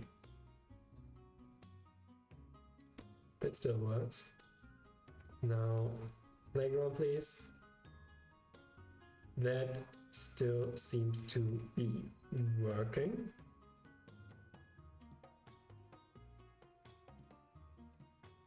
Where's my app module? Here we go. So let's revert this dude. Is it still working? Unauthorized. Still get the token. Perfect, perfect, perfect. So stage that one, stage that one. We go into our Cognito JWT strategy. Now we can use the extract header from bearer token. I think that should work because we didn't change anything on that front. That seems to be working still. And now we have to find a way, I think, to get the public key inside of this here. Secret or key. Now things get interesting again.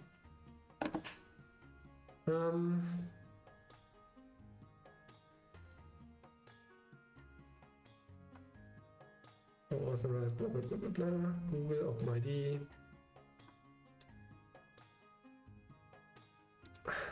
The secret or key is not here anymore. Great.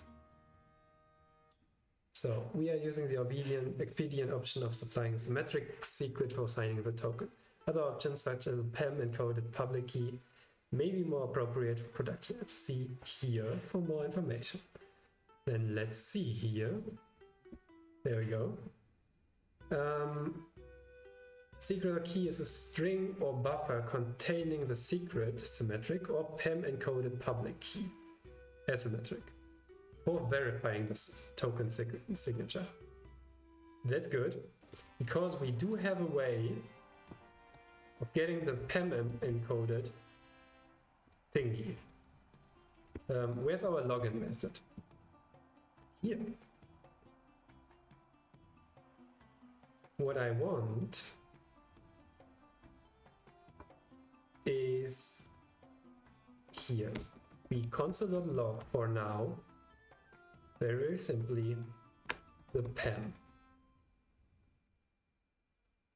And then we go to app module again. We stop our global authentication for just a second.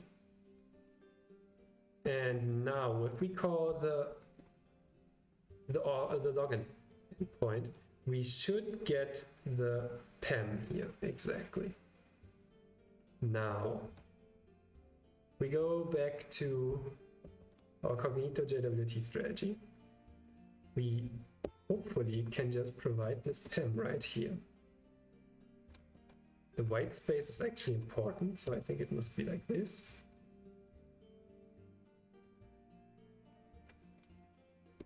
No expiration for now, yes, please do that, because our token is actually expired.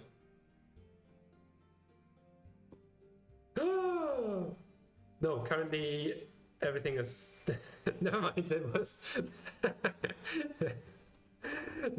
we disabled authentication.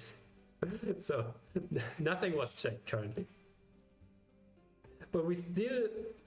Oh my god, it works! Oh my god, it works! Oh. Man. So magically 7 different files and stuff work together here to provide us finally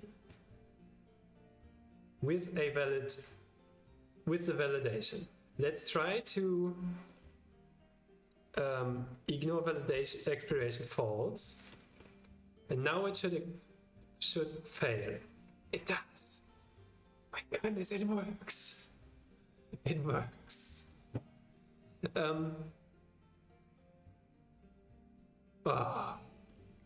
So, next to-dos.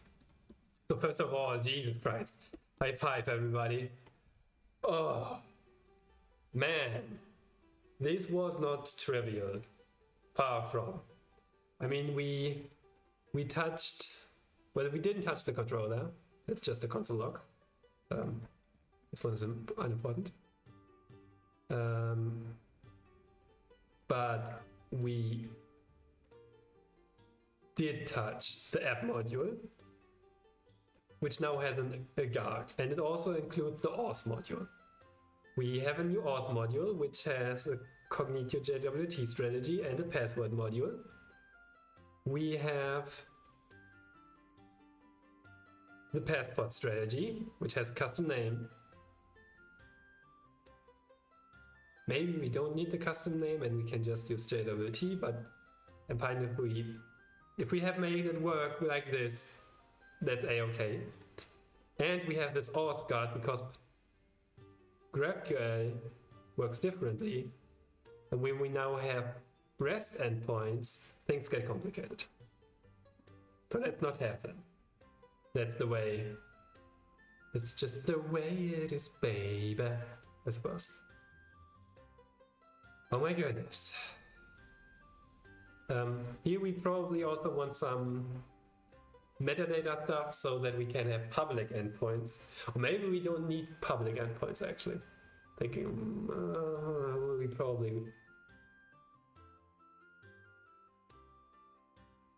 probably want public endpoints. If this would be a shop, we probably want to see the items, the products before you can actually order. And only when you want to order you have to sign in, or an account is automatically created maybe. So next steps to do. Inject the key. This is slightly more involved because the key is actually, remember, it's in the cloud. And also then to do, move all the validation logic here from /login to here. So I think this one is simple, so let's start there. We go to our app controller. We have verified JWT, so let's take an overview here. We have the JWT, we have verify, and then it returns true. Okay. So inside of here, we decode the token. We don't need to do that. I think we already get that done. We get the PEM, that's the other part of the equation, the other to do. And then we have to verify the claims, which is this fun stuff here. We do not need to verify because that's the part of, that's what the JWT library already does for us. Essentially calling this method. Nothing. Yeah. Calling this method and this method maybe. Oh shit.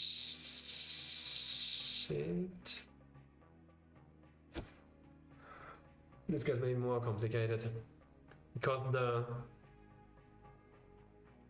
JW, the key to verify depends on the token that was provided. Okay, well, let's start. We verify the claims like so, and this becomes a JSON.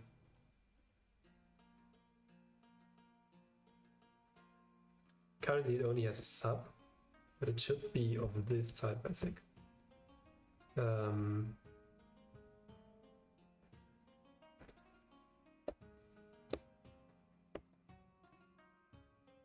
Stars, JWT. So now payload. It's now payload dot issuer. If that is not the Cognito user pool URL, which is up here.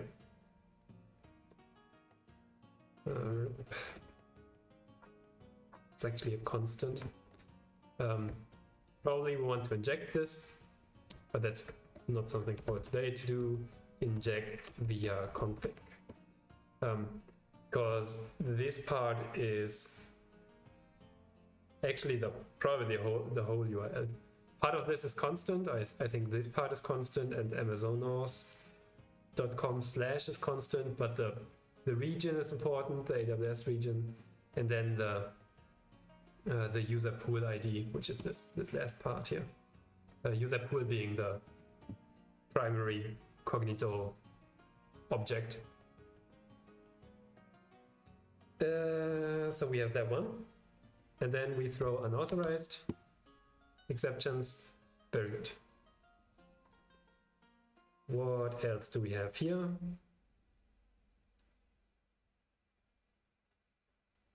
Yeah, that's fine if we do it here. And then return the complete payload, I suppose. Well, it depends on how we want to do it, probably. But as of then, we should have stuff on the user. We should have the user on our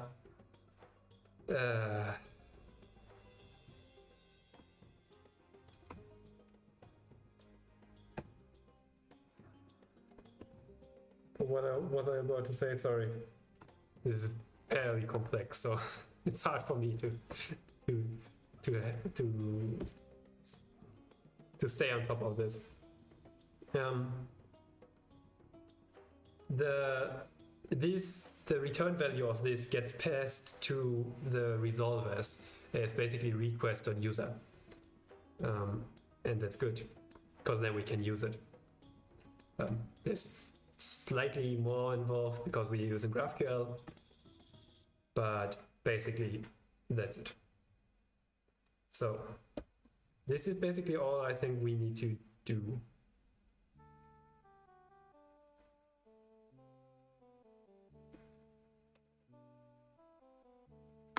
Yep, looking good, looking good.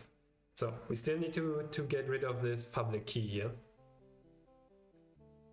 and inject it instead. We can try to log in now.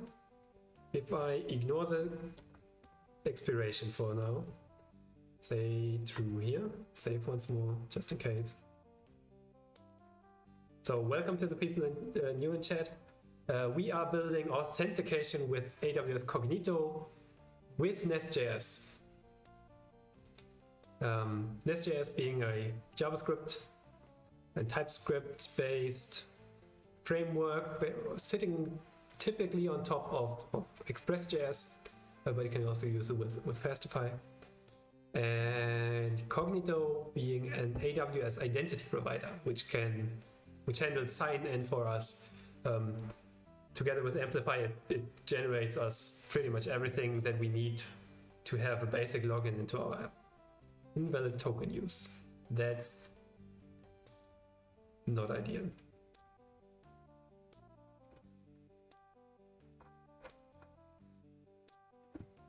console.log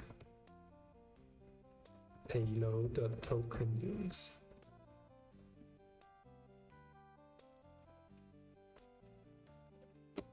Payload dot. Interesting. And token subscript use. Access for ID.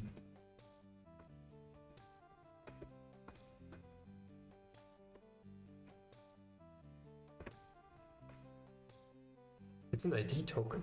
Why are you ID token? Darn.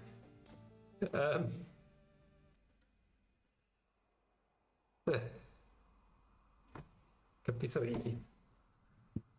Currently it's an ID token, which is not what we want on the back-end side, I think.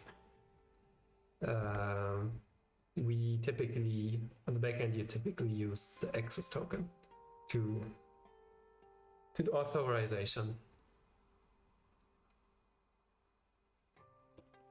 But that's fine. We can log in. So if I do change to access,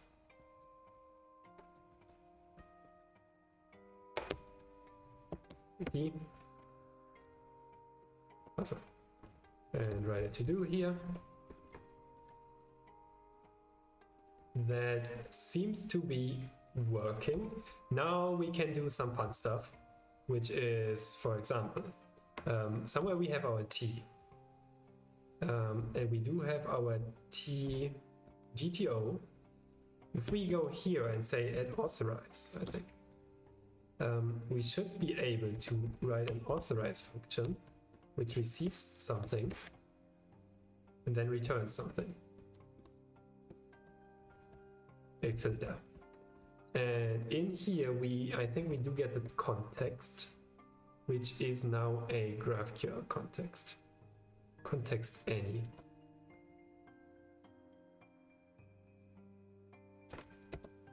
Context GraphQL context. The schema request context. This is it. So then we can say basically the same stuff that we do in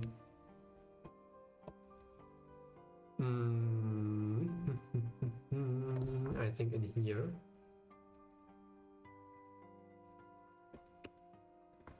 We can do this. Const request is equal to this dude.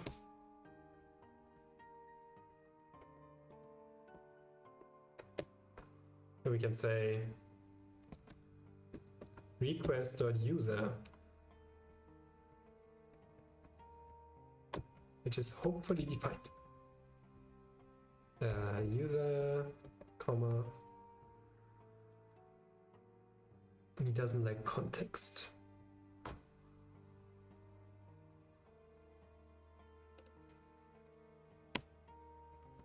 Context dot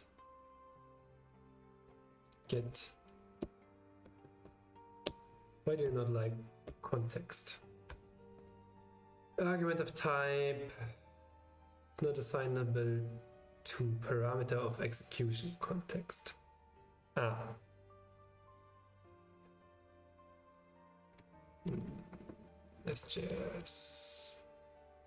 NestJS query authorization somewhere over the ocean. We should see how to do this. User context. How is user context defined? Like this. So maybe context is already in the form that we wanted to. Console.log the context.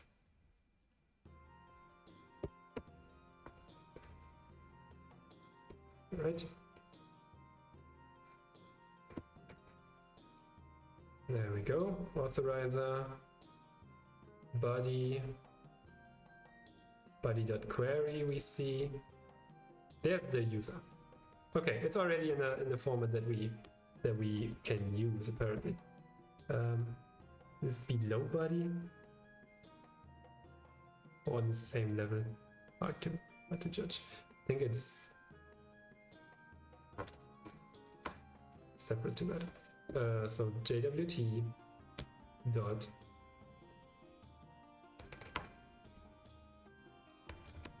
wait, what type do we have for the JWT? This dude here.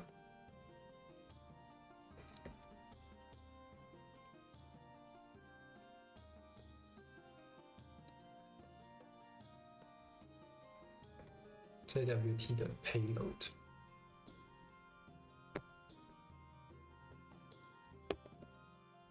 Like so.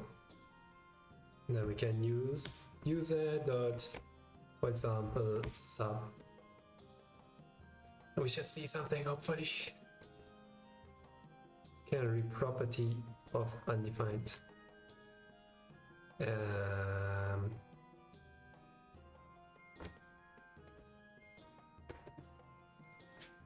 My eyes must have been bad. So we have user here. It's on the body. Dot body dot body colon just an object, and you are also an object. There we go.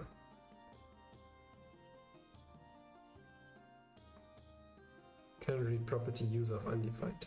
Why is the body not defined anymore? Isn't it right here? There we go. Ah, request colon. So, Jesus Christ. Context request body user. So.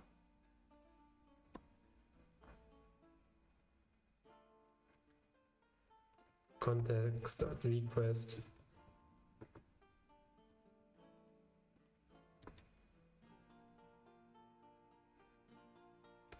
dot user. Okay. Dot user dot star. So without the body.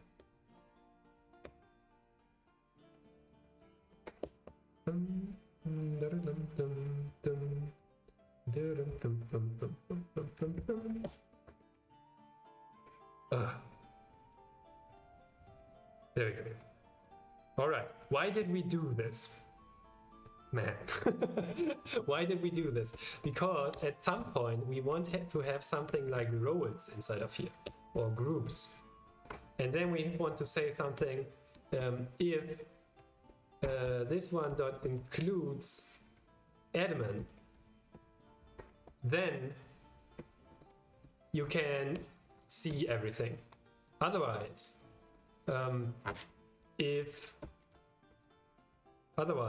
let's say if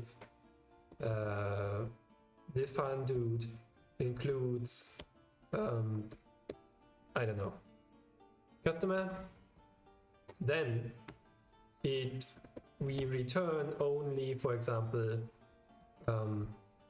the order, and then some match ID is equal to the sub, for example, user ID.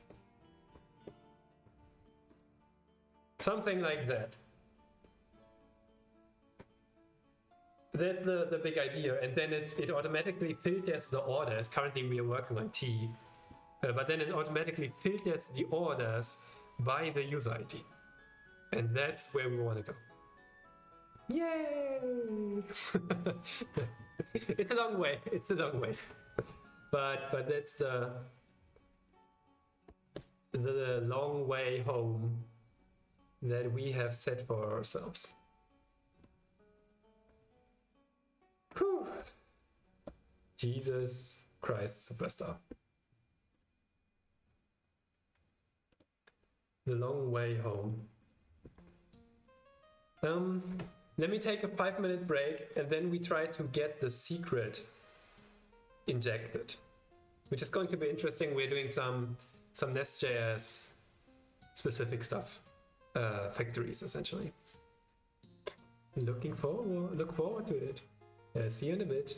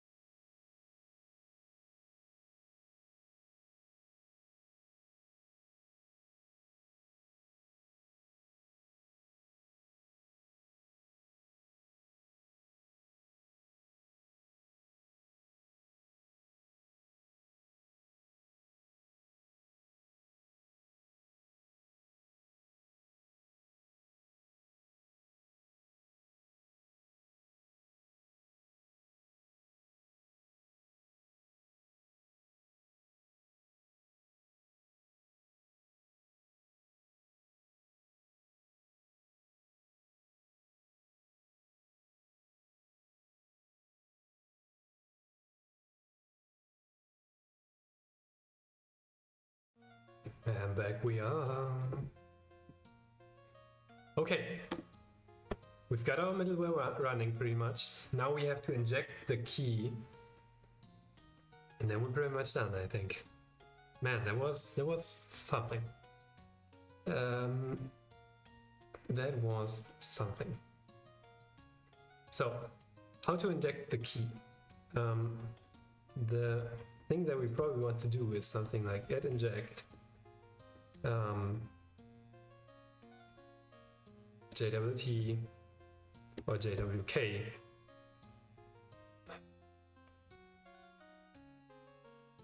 Yeah, JWK. I think we typically you write it in the tokens in capitals. So private JWK. Can we access this here? We don't need this. Okay, everything's fine. This is a string, should be. And then we put the JWK right there. We take this one out and paste it down here for just a minute.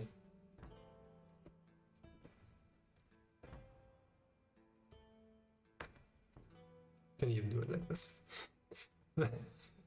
There's just a constant string that gets evaluated. Because why not? Maybe put a to-do on top of that. To-do remove. There we go. So now we have to inject the JWK. Now this is getting interesting. Auth module.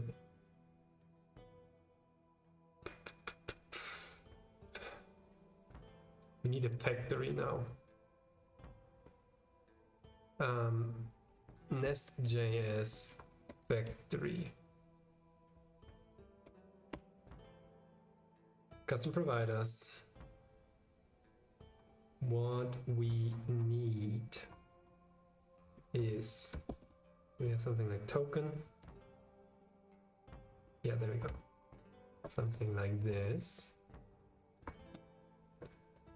And then, however, we provide the JWK. Actually, it's an access token JWK, maybe even. So let's change this here as well. And what we do is we use a factory. That's what I was hoping to find.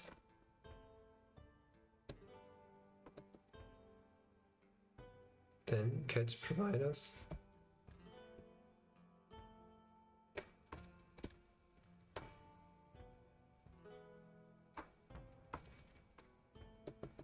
Use factory. Use factory. Use factory. Provide this dude. Use factory. Like so, and we can make this one asynchronous, and that's what's important. And it doesn't really receive anything if I'm not mistaken. But what it currently should return is our JWK, which currently is down here. Save. To put this here.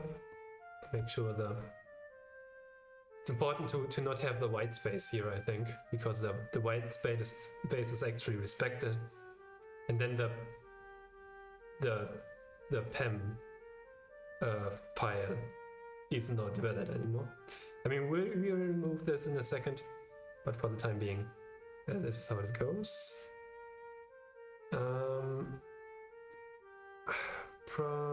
Provide string use factory promise. It's not assignable.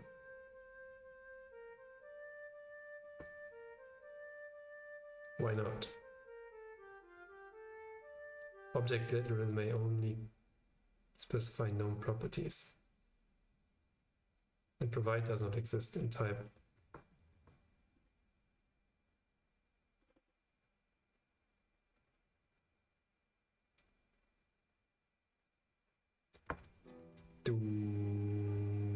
to move this somewhere else, I guess. So, for example, the app service, app module, up here, no, up here. Though that would be weird. But do we have to put it inside of here? That doesn't work from a timing perspective, if I'm not mistaken. Because this one gets initialized first and then we go through the providers, if I'm not mistaken. That's fine, because we want it in JWK strategy, right? So in the JWK strategy, this one exists, this token, and it can be injected. Hopefully. Let's see. We will see. Is that it already? Like for the first next test? I think it is. That seems to be working. And if I make this terrible change, it's unauthorized. Perfect. Sweet. So that's one part. We have externalized the JWK. Don't need the auth service at all currently. But we can remove it later. And now inside of here, we want basically to have the logic that we have in our app service. No, not an app service, in the app controller, sorry. Verify, get PEM as key. This logic is what we want. Actually, the whole function, right?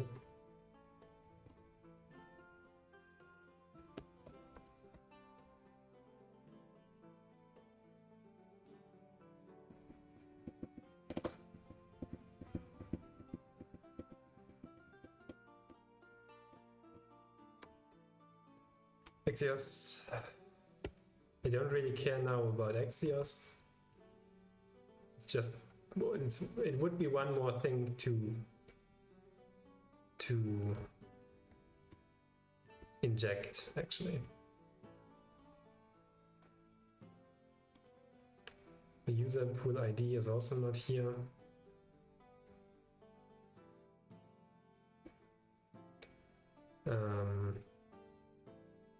I think we have that somewhere else. So for the time being, I will just copy and paste this dude. There are better ways, and the way that you would do it is via config provider, config service. That's the recommended way to do. So is it a JWK that we should verify? Usually. Then, oh my goodness, we don't know which one is the. Oh, they only have KIDs.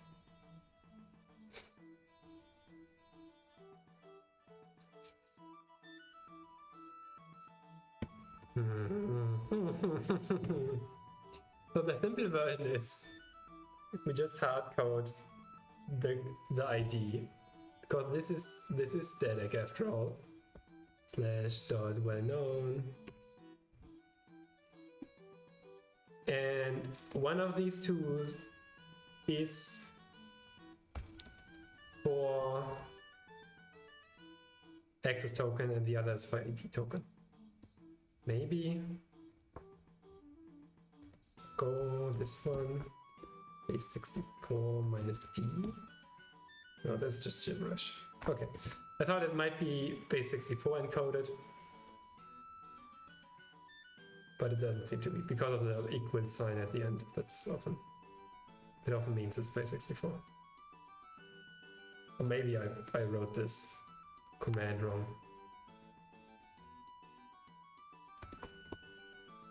I'm not 100% sure which one it is. So that means, okay, there must be a way around this.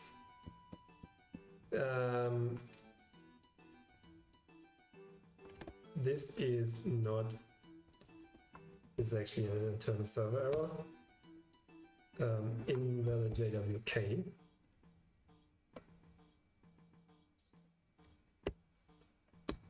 JWK to PEM. Do it like this. Key might be undefined. So let's take a quick look at secret or key provider. It's a callback in the format request raw JWT done, which should call done with a secret or PEM encoded public key, asymmetric, with a given key and request combination. Okay. Oh, Jesus. So when we start the application, we will provide both JWK as PEM. Then we don't need to care about,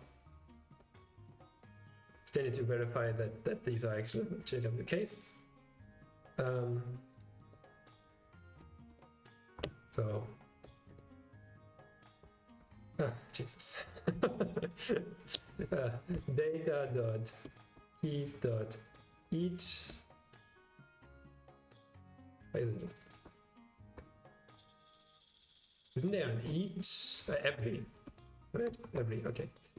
Key must be is JWK is RSA JWK. And actually can do it like this. So async a function is JWK, key is of type unknown, and it does return key is JWKS, keys at position 0.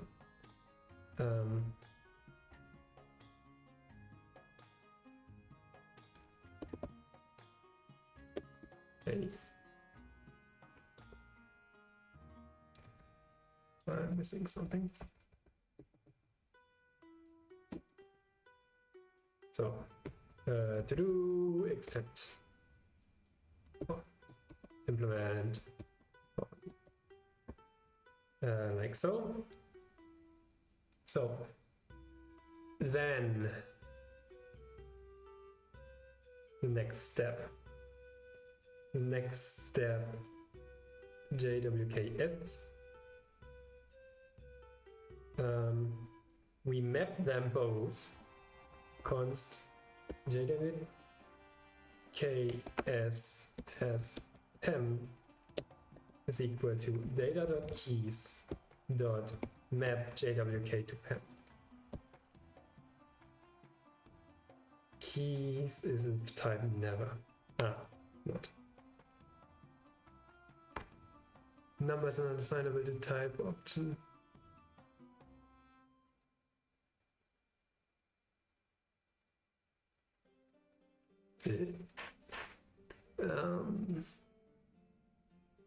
So type error. First basic index number array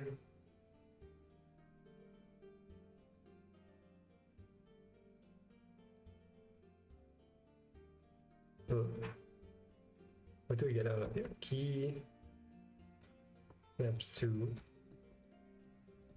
key. Key is an actual key. So JWK PEM. This he likes. Okay, that's weird. This should be identical to this code. Apparently no, I have no idea why that doesn't work. Anyway, and then we return the JWKS as PEM. JWKS meaning JWK JSON Web Key Set, meaning multiple keys. So, and then we cache them also. So, if cached JWKS as PEM, return. Wait, it's only going to get called once, right? Only ever going to be called once, I think. Kind of scared to remove this, but now we can return. We can just call this function here. That should work as well. Like so. In other words, we can also just use factory get JWKS as PEM, comma. This is too much.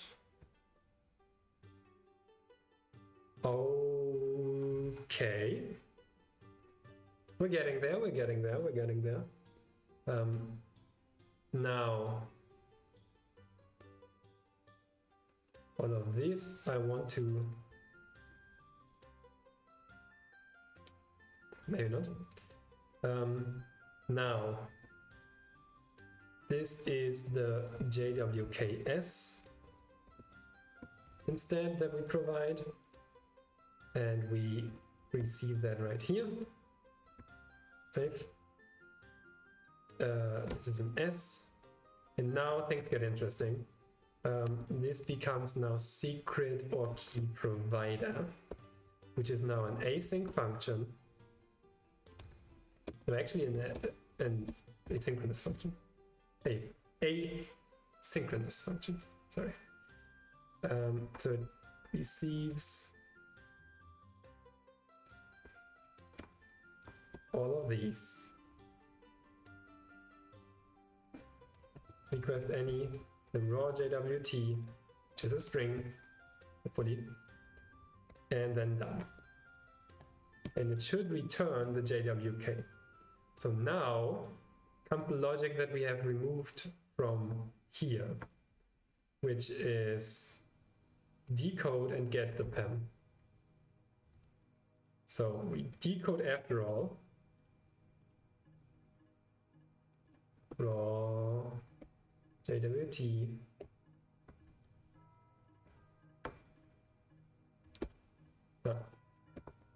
token is this. We have to get decode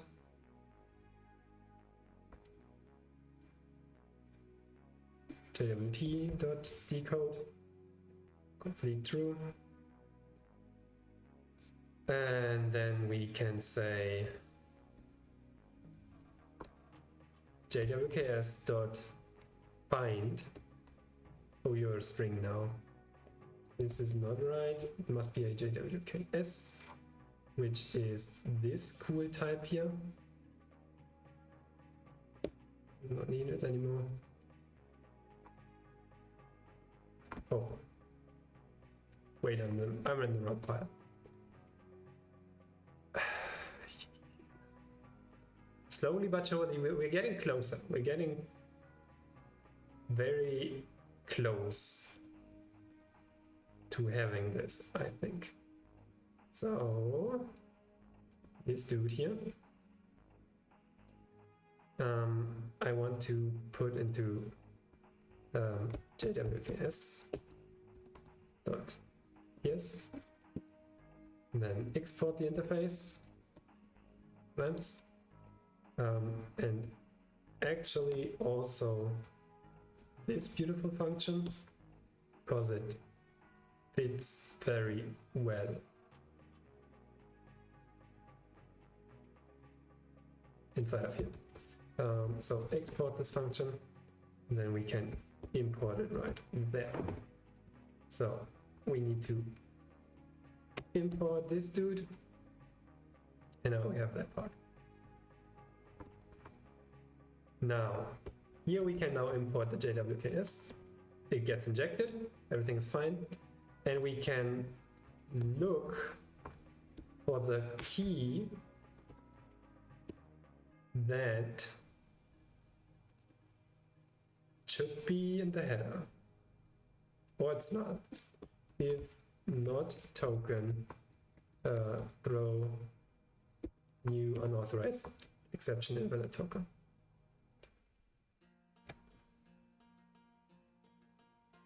So we find the key, and now we return the key. That's already the key. And we have to return it with done something. Or if we are lucky, do we have to return? Yeah, right. We do, right? Not 100% sure here. Oh, I haven't worked with done callbacks in a long time, and I'm not sad about it. App controller doesn't like me anymore. That's fine, we can fix that with Control Z. Okay, will it work or will it not work? Currently it's failing. Meh. JWK to PEM1 default is not a function.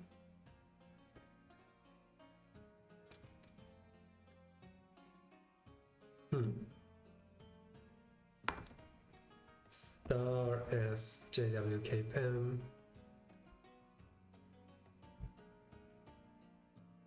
Oh, terrible. Keys.find is not a function. Well, we did get into that case at least. That's a plus, I think. Keys is apparently not an array, which is interesting, cause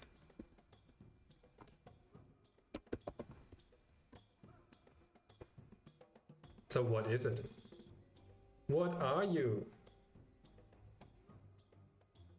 Ah, haha. Right. What we want is to map this to a slightly more complex object here. We map this to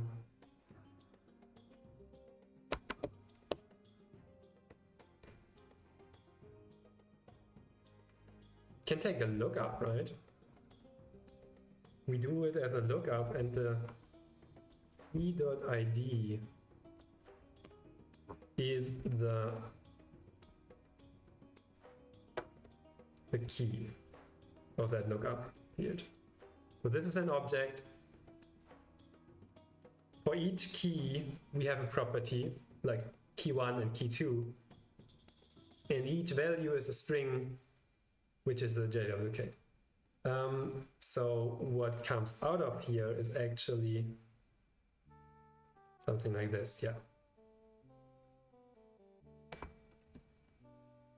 And that means you can probably do something like this. Get jwks dot ts.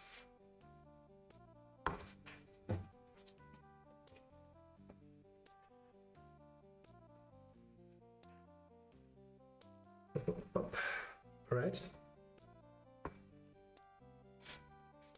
So let's put this inside of here, and we export a function which is asynchronous. Export const this dude equals async maps to. Then we import Axios, we import JWKS, we import is raw RSA JWK, we import this error here, we also import this dude and we must change it into star as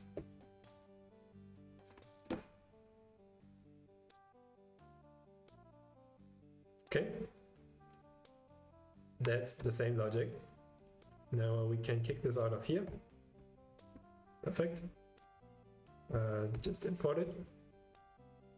And in our strategy, we can say type of get JWK as PEM.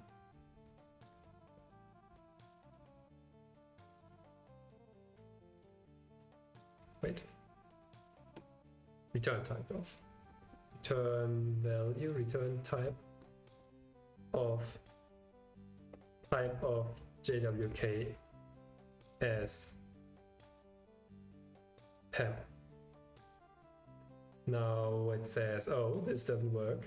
So what we want to do instead is we just take token.header.kid, and that should be it. So undefined cannot be used as an index type.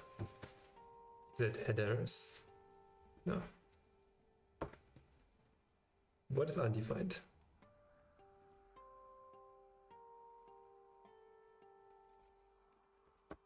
Token dot header seems to be defined dot KID. KID might be undefined. Or token dot headers header dot KID, the key ID, then throw me an exception. Or not KID. This one has an implicit any type. So as string or undefined.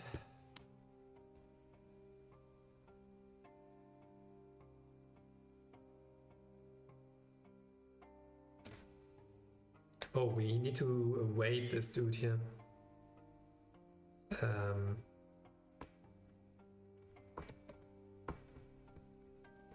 Do I have a weighted return type here already? No, I don't. So const awaited return type is something. How did we define that type again? It needs to be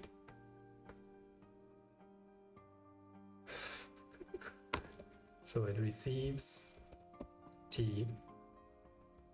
You can use T extends a promise of any, and then we take T extends promise infer you, then you, else never.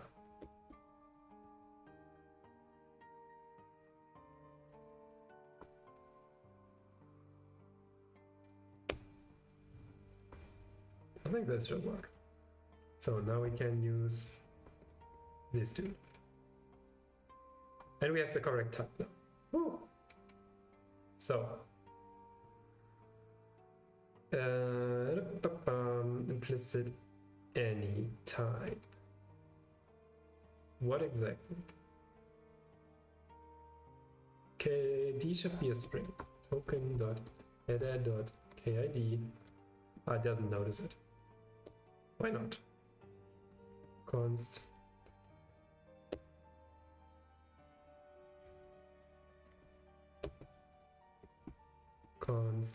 token KID is equal to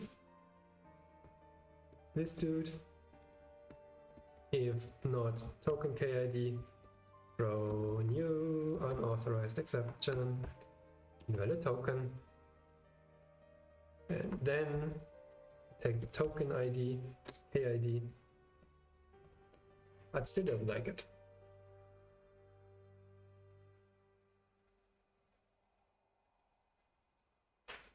So type is correct.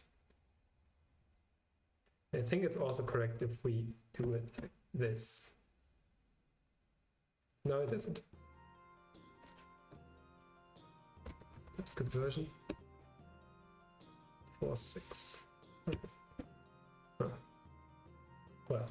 So element implicitly has an any type.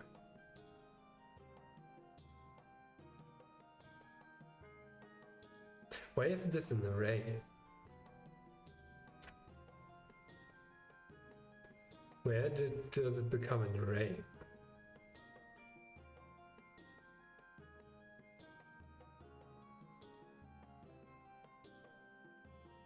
Ah, we want to reduce it. Yeah, we want to reduce it. So data.keys.map, no, but reduce. It starts with an empty object. And what we do is we take the accumulator and we take the next value and for the key.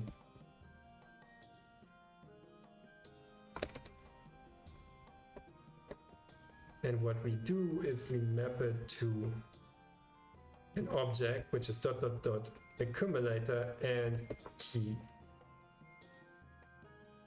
with value key.keyID with the value JWK to PEM. Man, this is a complex one. Some people will definitely have problems reading this. So it's not ideal that we have code like this.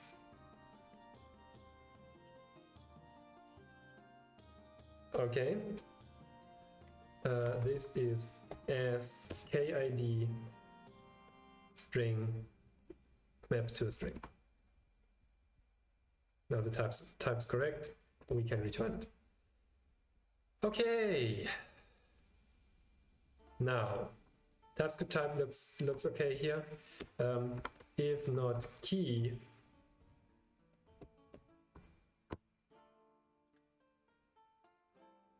so as string or undefined, because it might not find the right key. Now, can do it better, I think. If not token ID in JWKS, then invalid token. And then we absolutely know that the key ID is actually there. Okay, everybody, are you ready? Are you ready? This is going to be interesting. Consider log the key, maybe. Ever so slightly. Go! Unauthorized. We do have a key here. We also have a lot of other stuff. Where do we have all the log? Ah. Yeah, so here's one key. And here's another key. And both of them have the PEM associated with them. So that looks correctish. We inject the correct JWK. Now the next part is getting the right token, which we seem to do. So this one seems to be working as well. And now this token should be used on each request. What do we have to return? Probably the key. Does it call this function here? Ah, do we still have the ignore expiration to true? Yeah. To do set to false.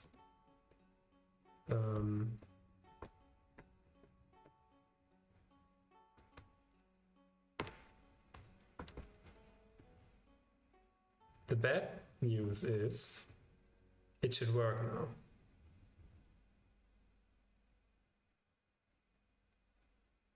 But we don't do anything with anything asynchronous, yeah.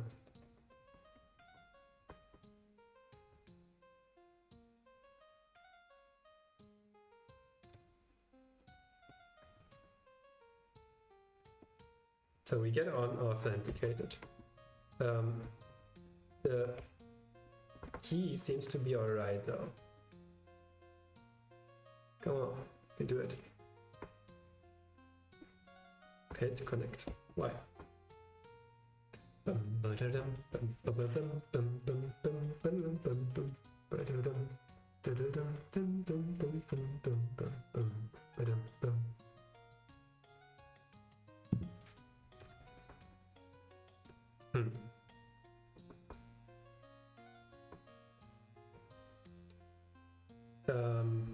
Apparently we have to call done, which is a function that receives. How does that look like? Maybe that's the issue.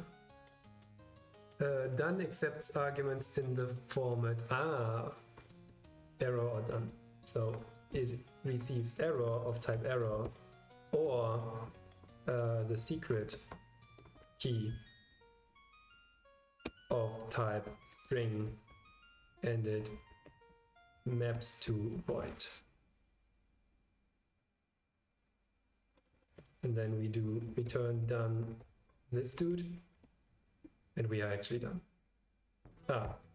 Null, comma. Is it null or is it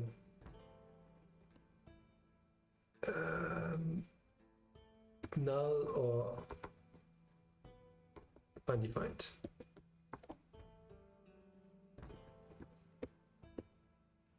Come on. We get results! Oh my goodness.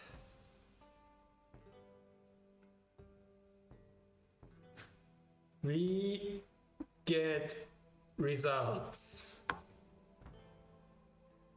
And if we set this to false, please fail. We get false. Oh my goodness. We did it. Jesus Christ Superstar. Jesus Christ Superstar, if I may say so.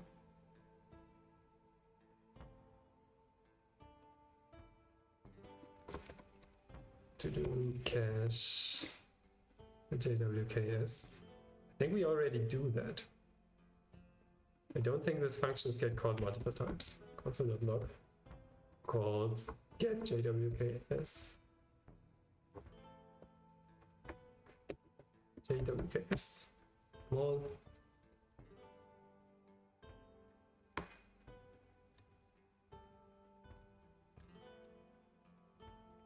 Oh no, it gets called multiple times.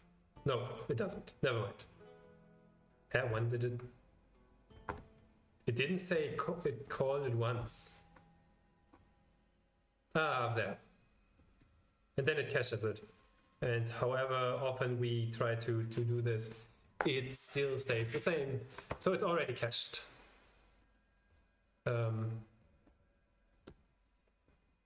Cached thanks to cached keys. Keys are cached thanks to NestJS factory method.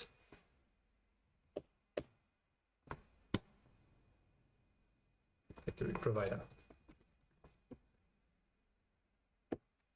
A provider factory?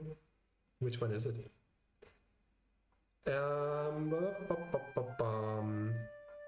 I think we can get rid of all the fun stuff here in this one, but maybe let's do that in a second. PR. It works. Jesus Christ. It just works. Where do we actually log currently? Console.log. Somewhere here. Very good, very good, very good. To do here the actual authorization. Authorization was it? Was right. Authorization fun happens.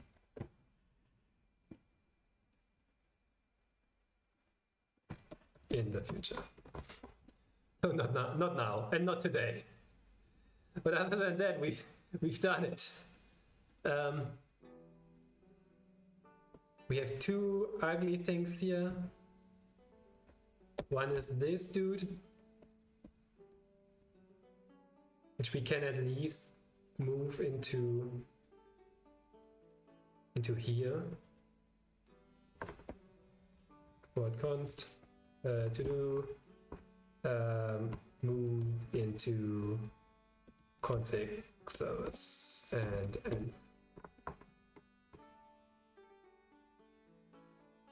it is configurable.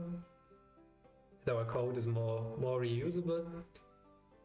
To do here the actual authorization fund happens. Okay, yeah, very good. Then we have all of this, which is good. Do set to false. Indeed, false.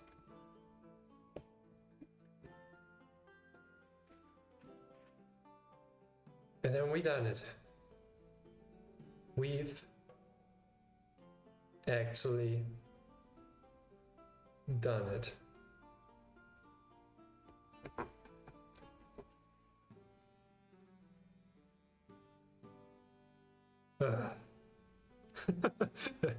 kind of tired, but I'm very happy that we need to import this one and then one more try.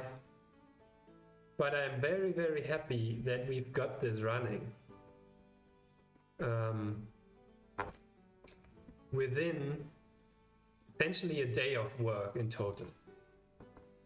We have a backend which has authentication inside. We have a front end which has authentication, including a complete sign-up. We have... Yeah, that's basically it. Yeah, and all the logic that comes with sign-up.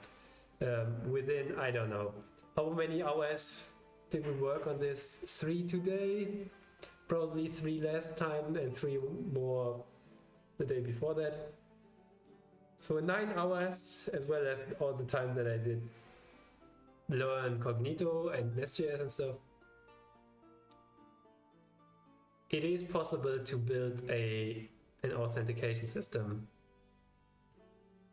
in 9 hours, in one work day essentially. This needs to be set to access apparently. So let's do that for now.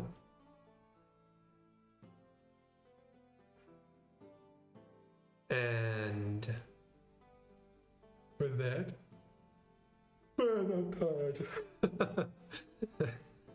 Let's take a quick look.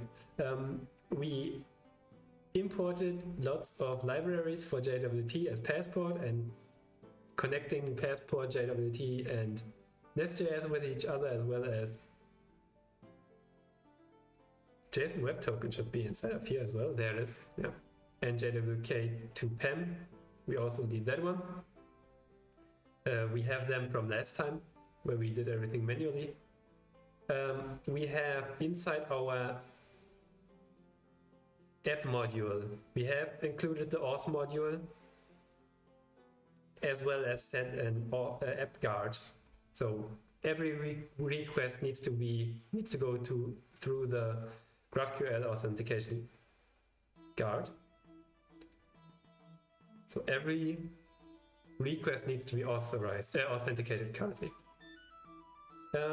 We did set up the auth module, which imports the Passport module. Do we need that? I think we do. Probably everything explodes if we don't do that.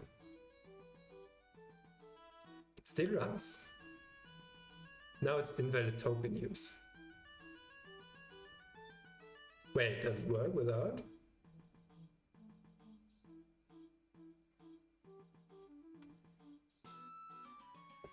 No. Wrong.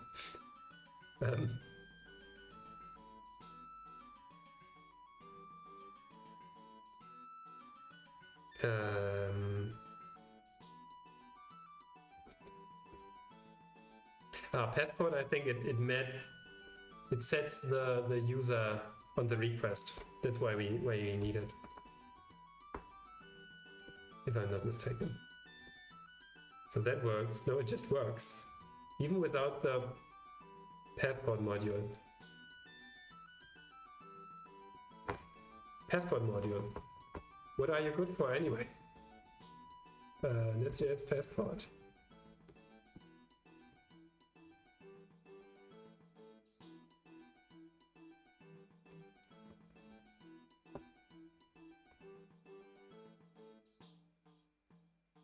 Standardizes the pattern into familiar NestJS construct.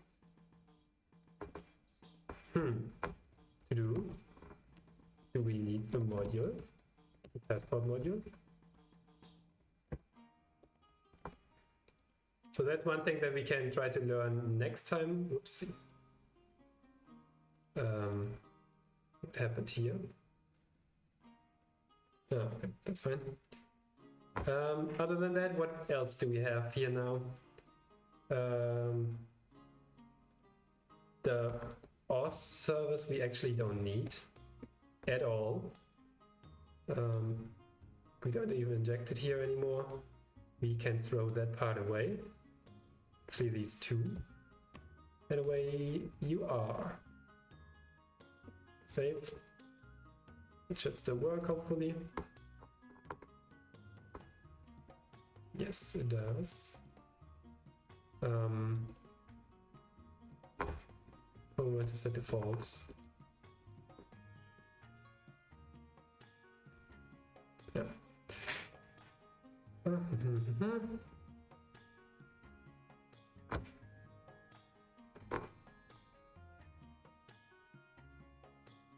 Yeah, okay. Then this reduces our load even more. We have our passport strategy. This one is interesting. And this one was the main part that we had to fiddle around with. First, this key that is pretty random and then used somewhere in the app module all of a sudden. Or in the GraphQL authentication guard, which uses it here. I have no idea how those connect. Absolutely no idea, to be honest. We then configured that we read the JWT from the header, from the authorization header. We get, because there are multiple keys in AWS, because you can have either the ID token or the ID token, which has one key, or you have an access token, which can have another key.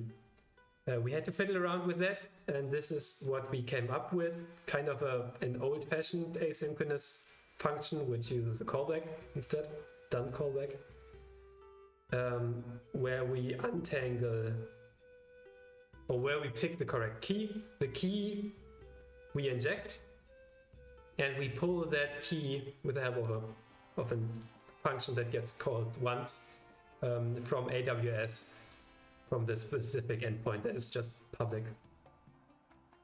And then we have the validate function, where we actually do some more validation according to what AWS told us to do to verify a JWT. Particularly here in step 3 or 4. Yeah. It should not be expired. Expiration is already checked.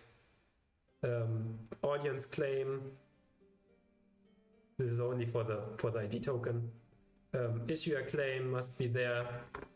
And we have that here. And the token use claim should be, in our case, it should be access, which it is.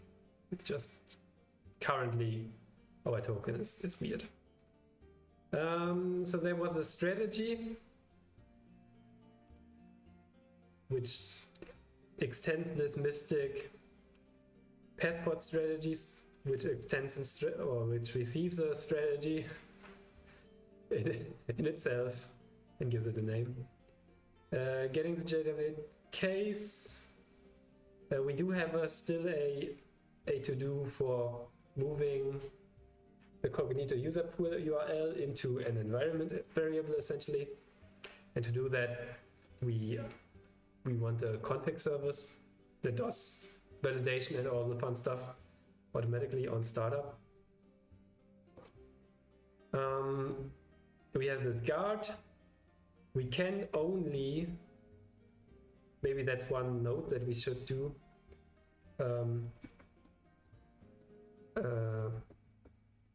Important. Only GraphQL requests work now. Regular requests to controllers receive unauthenticated errors. And to verify, we can call this once more. Oh, we receive internal server errors. That's actually ugly. That's actually ugly. So that's a to-do.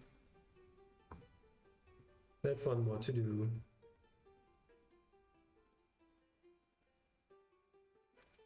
Receive 500 errors. And that's a to-do actually. Avoid resulting. But that's a to-do. JWKS. There's some more validation to do so that we can actually be sure that the stuff that we load from AWS is actually a valid key. And that's pretty much it, huh? This is just for showing off that it works.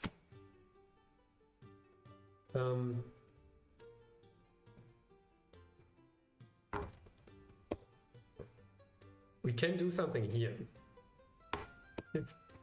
And then key.arg is rs265, is that the right one? I think we can still implement this one and then we're done for today. 3 hours almost streaming. That it was very successful, I have to say. We did fix a lot of stuff. rs256 properly. So we probably also want to link this dude here.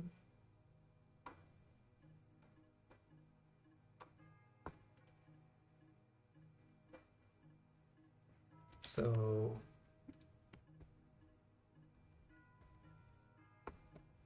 probably something like add C this dude. Oh, I'm getting really hungry now.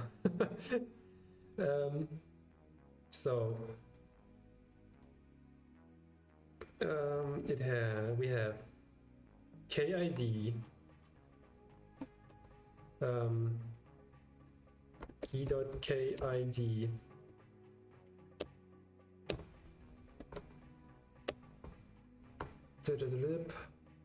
type of KID is string and key.keyid and because we don't know the concrete value. Does Lodash have something like this? That is non-empty string.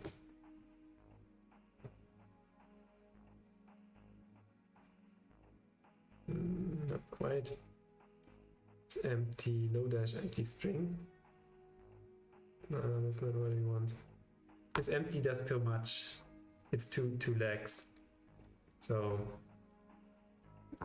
can do const non is non-empty string is equal to value of type any maps to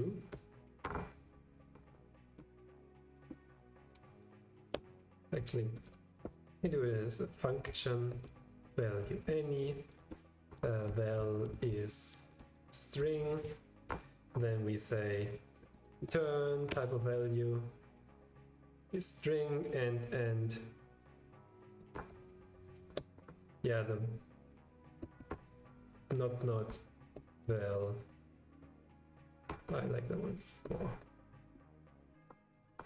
So it's not an empty string key.kid end. So that's one.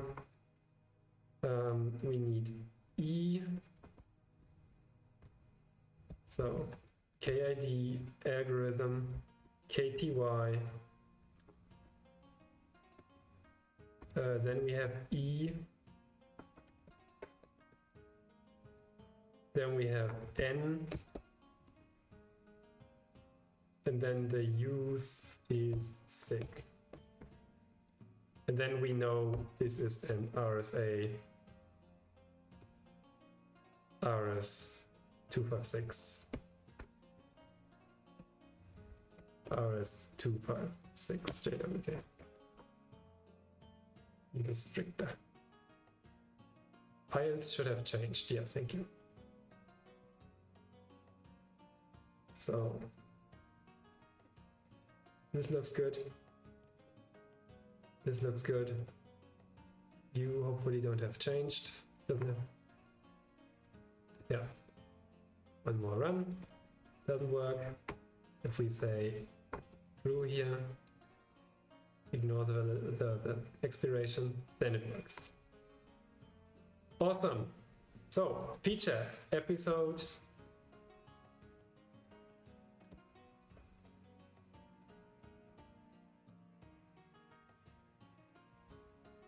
Where did we? Feature episode 47, if I'm not mistaken. Yes, 47. Wow, we are almost at our 50th episode. NestJS, Cognito, JWT, middleware, and Guard, and GraphQL Guard. Go. That's fine. We push. And then I thank you so much for joining me here. That was definitely not the most simplest thing that we've ever implemented here. That was very, very involved, I think. But I'm very happy. It was all editor windows. I'm very happy that it worked. Next time we have a couple of to-dos. We also can clean up some stuff, which is cool. That's easy. That means it's easy. And yeah, I'm looking forward to next week, where we can actually hopefully start using the fun stuff. Although there are some issues with permissions and stuff. I'm not sure what we do about those yet. But thank you so much for joining. We can do an exclamation mark done for the JWT middleware. And with that, I thank you so much. Give you a high five. And hope to see you next time, next week, in the TypeScript tea time, 18 o'clock, Central European winter time it is now, right? Because it's getting colder and colder indeed. Here on Twitch, TypeScript tea time. I'm your host Mirko. Thank you so much. And yeah, goodbye everybody.